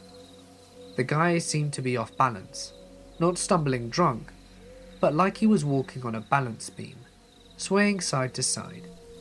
Oh, and he was super excited to talk about national parks and forests and where we were from. So we went back to our tents. Fast forward 2 months, the same buddy calls me late at night and tells me to turn on the TV to the news. I oblige, and I see an old dude with a van. You see where this is heading, but I didn't. So I get pissed at my friend for waking me, and he insists that I should watch. And when I see the golden retriever, it all clicks. The man's name was Gary Michael Hilton, convicted of at least 4 murders. He kidnapped and murdered a girl on Blood Mountain, Georgia, an older couple in Pisgah, North Carolina, and a girl in Apalachicola at the campsite not long after we left. Yes, the very same places he had been talking to us about. Obviously, we called the cops, and they put us in touch with the FBI. We get flown down to take investigators to the campsite, point out every spot we saw, and tell them exactly what he told us, and show them the places he described to us. I didn't find out until after the trial, but apparently they found what appeared to be partially destroyed human finger bones in an area near the site, and I had to be flown down again to testify. 17 or 18 years ago, my fiancée, now wife of nearly 16 years, and myself, and one other couple were hiking the Pyramid Point hiking trail in the Sleeping Bear Dunes of northwestern Lower Peninsula of Michigan at dusk. We had my old film camera with a 200mm zoom lens on it. We got to the overlook, which looks northwest over the Manitou Passage to the Manitou Islands. We watched the sunset and entered that late dusk period that seems to last forever during a northern Michigan summer. It was probably 10 p.m. at this point. There were high winds and solid waves breaking on the shore below us. While standing and talking, we saw a light flash once out in the water between the islands and the mainland, in the vicinity of North Manitou Shoal Lighthouse. We stopped and looked, but weren't creeped out by it. After all, boaters are out in this stretch of water fairly regularly. I grabbed my camera and looked through the zoom lens, and I could make out what appeared to be a small boat, though it was difficult to tell with a 200mm lens, as it's a 7-mile wide stretch of water to the nearest island. So, we were probably 3 to 4 miles away from the actual light. We had flashlights, so we shined our lights in the direction of the light that we'd seen, waved it around, and immediately the light came back and started flashing SOS in Morse code, which was a huge surprise to us.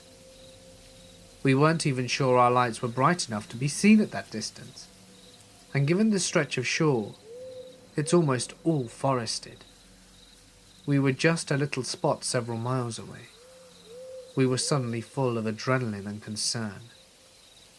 2 of us ran back to the cars, which is half a mile through the woods in the dark down a hill with our flashlights, and got a cell phone and binoculars.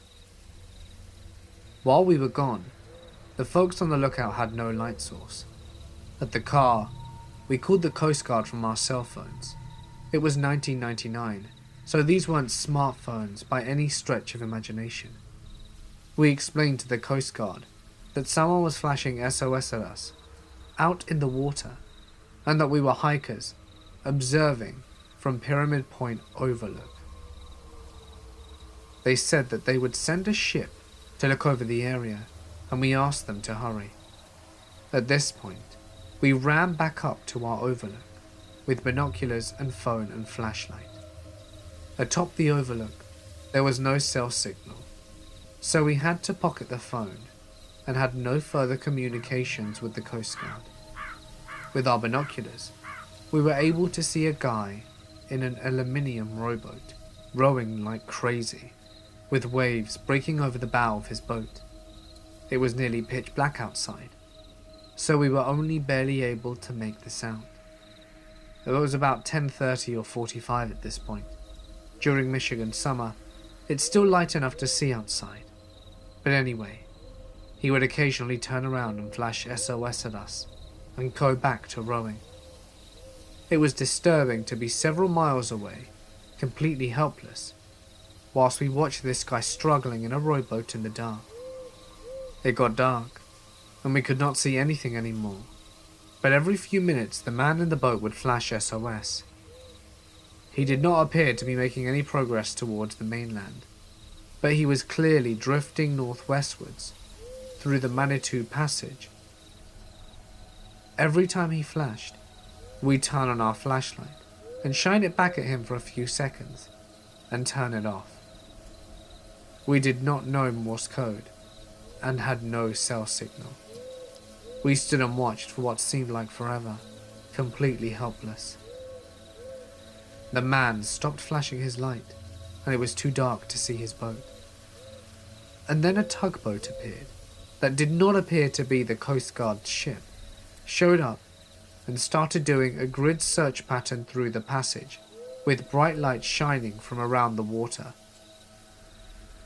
The Manitou Passage is probably 6 to 7 miles wide and 6 to 7 miles long, so it was a slow search, and a smallish Coast Guard ship started doing searches at the northern end of the straits, also with bright lights. They met in the middle of the straits, having done a zigzag type pattern for what felt like an eternity, then sailed off. They didn't find anyone. We drove into a bar in Glen Arbor to see if there was anything on the news, and there wasn't. We called the Coast Guard the next morning, wondering if we'd seen a man die or help to rescue. But the person on duty had no idea what happened, or that we'd even called the night before. So to this day, it's unsettling to me, knowing how harsh the conditions on Lake Michigan can be, and knowing that we'd seen a man flashing SOS at us through our binoculars just before it got dark was really bothersome. There's no closure, no happy or sad ending, no ending at all, other than going back to our camp and hitting the sack. I have no idea what happened to him, and I really doubt I ever will. I was hiking and backpacking with 2 friends in Montana.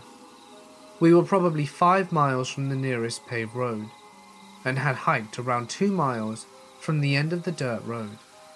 The spot isn't very well travelled, and is quite nondescript, but we all enjoyed getting away from any crowds, and being out relatively alone, so we always gravitated to areas like this, for backcountry camping. We built a fire and hung out, then piled into our tent. All is normal, and we hadn't seen a soul, or any recent sign of people, since we left the paved roads. I have some trouble sleeping, and was sort of just laying there for maybe 30 minutes, and both my buddies passed out. That's when it got weird. I hear from my side of the tent a murmuring, which I was certain was a person making sounds underneath their breath. It didn't feel like real words, but almost like someone drunk was mumbling gibberish. My first thought was one of my buddies was sleep talking. I listened closer, and it was definitely coming from outside. I woke up my friend closest to me, and he woke me up with a "What?" a little irritated, and at the moment, the muttering stopped. I shooed him and whispered to him what I'd heard. We waited a second and it started again, but it seemed closer this time, and he heard it too, but we didn't hear any movement. I can still hear the voice, and it really messes with me 10 years later. He gave me a "what the hell" face, and proceeded to gesture that he was going to unzip the door and see what was outside. Right as he starts moving the zipper, we heard what sounded like someone taking a huge gasp of air before diving into a pool, seemingly from the opposite side of the tent of where we heard the original muttering from. We both froze for a second before he pushed his flashlight out and looked in that direction and screamed, "Who's out there?" We didn't see anything, and never heard a single twig or the sound of movement. But this time, my other friend had woken up, and we were all still freaking out. We told him what was up, and we all took our flashlights out to see what the hell it was, and we saw nothing at all. We were both up for a long time after that, while the sleeping friend was out again fairly shortly thereafter. We didn't hear another odd sound at all, and in the morning there were no signs that anyone had been there. We cut our trip to just that night, and moved back to a campground the following day. We still have no idea what or who was outside our tent. The only thing that we could even make a semblance of a sense of was an owl, bat, or another bird. But I've spent many nights outdoors in that habitat, and I am familiar with those noises. This was entirely different in my opinion, and didn't come from any animal I'm aware of anyway. Still gives me chills thinking about it. I have a couple of stories about camping. One year, I was working for the forestry for the summer, so I decided to camp out by where the work was. I would go into town only once or twice a month for supplies. On the forestry road on the way there was a fellow camping a few miles from my setup. He wasn't working with me, so I figured maybe he was a hunter or something. After a couple of times of passing his campsite, and seeing that his car was never moved, I decided that if the car was still there by the next time I drove by, I'd stop to see if he was okay. Thankfully, as it turned out, one of my fellow co-workers had the same thought, and he got there first. He could tell by the smell when he approached the guy's trailer that there was something seriously wrong, and when he went inside, he found the guy with maggots crawling out of where his eyes had been. It was a hot summer, and his body had been there for quite a while before my buddy found him. My buddy guessed it was a heart attack or something, and he reported it to the police and they dealt with it. But we never heard any more about it. Here are two stories. Both take place in the Rocky Mountain region. We don't like to camp in campgrounds because we're antisocial and none of us care to share a campground with the strangers screaming kids, waving around their flaming hot s'more pokers. When we go camping, we do mild off-road and camp in clearings away from the people. Just after high school, me and my friends decide to celebrate by going out on a camping trip. We ended up leaving way later than we had planned.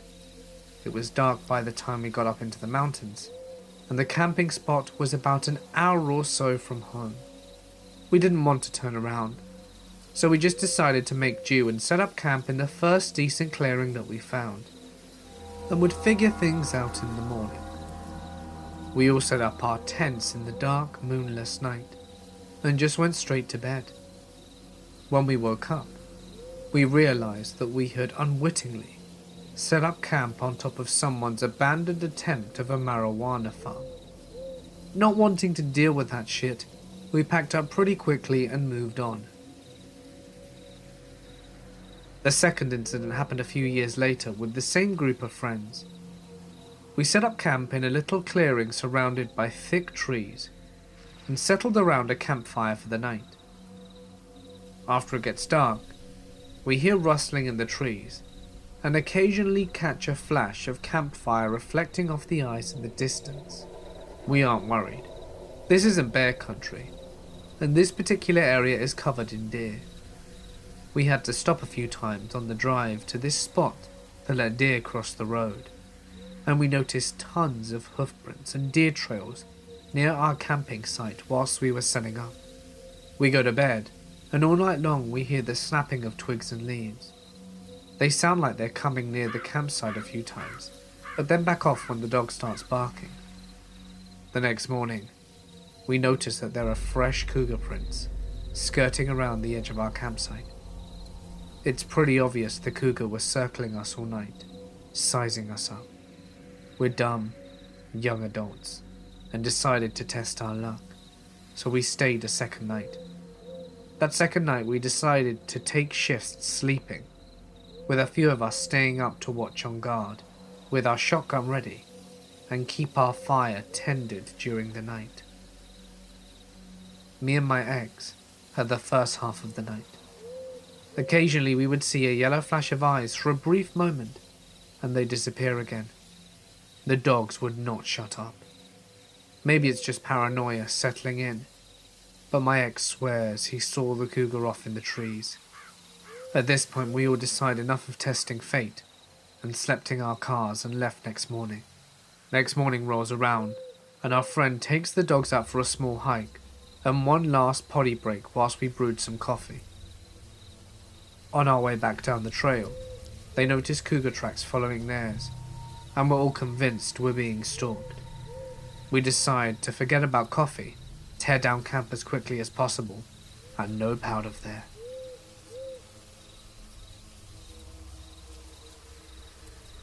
An old guiding buddy of mine told me this story, and whilst I wasn't there myself, this happy-go-lucky hyper fella got really pale and quiet telling it. He would only tell it to me during the daytime after weeks of badgering, and it was the only time I saw him scared in all the months we spent leading a group around Appalachia. So, my buddy Mark went camping in a state forest in Virginia with a group of his college friends. They were a small group of 4 from the outdoor rec department, experienced kids with all the necessary gear in familiar terrain. Being college kids, however, they rolled into the campsite fairly late and decided to just car camp, which is camping near the car, no hiking in separate locations. It was early evening, but still just before the sun had set. As they were unloading the car and setting up camp, 2 mangy fellas came out the woods and approached them. These guys looked like they'd been living out there for quite some time and acted very strangely. They wouldn't look you in the eyes and just really twitched, and just seemed really twitchy, just kind of hanging around like they wanted something, like coyotes. My buddy Mark got an uncomfortable feeling right away. The guys introduced themselves. Now, nobody I've spoken to can remember the man's first name. It was something like Bill or Rick. But the second guy said his name was Gizmo. Funny, right? Hard to forget. So Gizmo and his friend began asking questions. Questions like, are you all gonna stay the night? How much food do you have? When are you kids supposed to be heading home? You've all got phones, right? And are there any more of you planning on showing up? Well, Mark didn't like this one bit, so he started telling tales. Yeah, there's going to be 8 or 10 of us or more showing up tonight, and our parents expect us home first thing tomorrow morning. They're super paranoid, so we gotta get home on time or they'll call the cops. Parents, am I right? That sort of thing. Gizmo and company poked around camp a bit more, then wished the group good luck and disappeared back into the woods. Mark and his friends joked nervously about Gizmo and his friend, but weren't worried enough to actually leave. They built a fire and cooked dinner, then cleaned and hung up the bear bag. They spent the rest of the evening hanging out around the fire, chatting and drinking. One of them had a harmonica, I think, and by midnight they all turned in, and they had brought 2 tents, a girl's tent and a boy's tent. Well, Mark didn't feel right in the tent. He felt like somebody needed to keep watch, so he slept by the fire. Sometime later, Mark found himself awake. The fire was dying when he opened his eyes, and he couldn't see much beyond the campsite, except for one bright burning spot. There was a light out in the woods. It bobbed along at chest height, occasionally disappearing behind the trees, sometimes pausing. Whoever it was a good distance away, maybe 100 yards or so, and he followed it for a while until it went out. He stared into the darkness for a long time, until eventually he fell asleep once more. Suddenly Mark woke up again, this time in a panic. The fires were down to embers, barely glowing. He opened his eyes to see the strange light in the forest was back, and much closer now. He could see now it was from a lantern. He watched as the lantern carved a smooth perimeter around the campsite, occasionally going out, always reappearing a short distance away. Mark pretended to roll on his back in his sleep so that he could watch it. It circled the campsite twice, getting closer each time. The strange thing is, There were no sticks breaking, no leaves crunching. Somebody trapezing around the dark woods that close should have made a lot more noise. Whoever it was trying to be really quiet. Mark lay there, tense and unmoving. By the time it began its third rotation of the campsite, the lantern was so close that Mark could see a face illuminated on it. It looked like one of the fellas from earlier. He couldn't remember which one. His eyes were bugged out, scanning the campsite like a predator, and he was sweating. And then the lantern went out. At this point, Mark properly woke up. He got up and started making a lot of noise, stoking the fire, packing his gear. His watch read 4:30, and the sun wasn't up yet. He considered all of that happened, and made the tough call to wake his buddy and bug out. Nobody argued when they saw his face. Like I said, this guy is happy-go-lucky, and a human golden retriever, and an experienced woodman to boot. You'd believe him too. The sun was barely starting to come up, and by the time they got in the car, as they were driving out, they passed something that they hadn't noticed on their way in. There was an old RV parked out in the woods, camouflaged with a mixture of earth-coloured tarps and actual greenery. It was surrounded by a chain-link fence that was also draped with camo tarps and leafy broads. The whole thing looked like a long-term hunting campsite. Mark and his friends were actually relieved. Gizmo and his friends must have been poachers, and that would explain their creepy stalking behaviour. They had been trying to scare kids away from their campsite, Scooby-Doo style. Still cautious, they hightailed it out of there and counted their lucky stars that they weren't deer. That should have been the end of the story. The next part I don't understand. I don't know why Mark or his friends didn't tell anyone about Gizmo for a few weeks. I would have thought for sure he'd report the poachers ASAP. He's very type A, and not typical for him to procrastinate or let rule go unenforced. I don't know what his excuse was, but Gizmo and his pal were forgotten. Then one day, Mark mentions the incident to a law enforcement officer from the DNR that came to lecture at one of his classes. She asks casual questions, just to be polite, but then stiffens at the mention of the name Gizmo. "By any chance do you remember the other guy's name?" she asked. "No, it was something normal, but I don't remember." "God, they always say that," she replied. Turns out that part of this woman's job was investigating the murders that occurred in Virginia state forests. Most are body dumps for crimes that occurred elsewhere, but over the last decade a series of unsolved cases, stretching all the way into West Virginia, had targeted what appeared to be random unrelated campers. But when they interviewed other campings in the area around the time of the murders, they all mentioned the same uncanny details.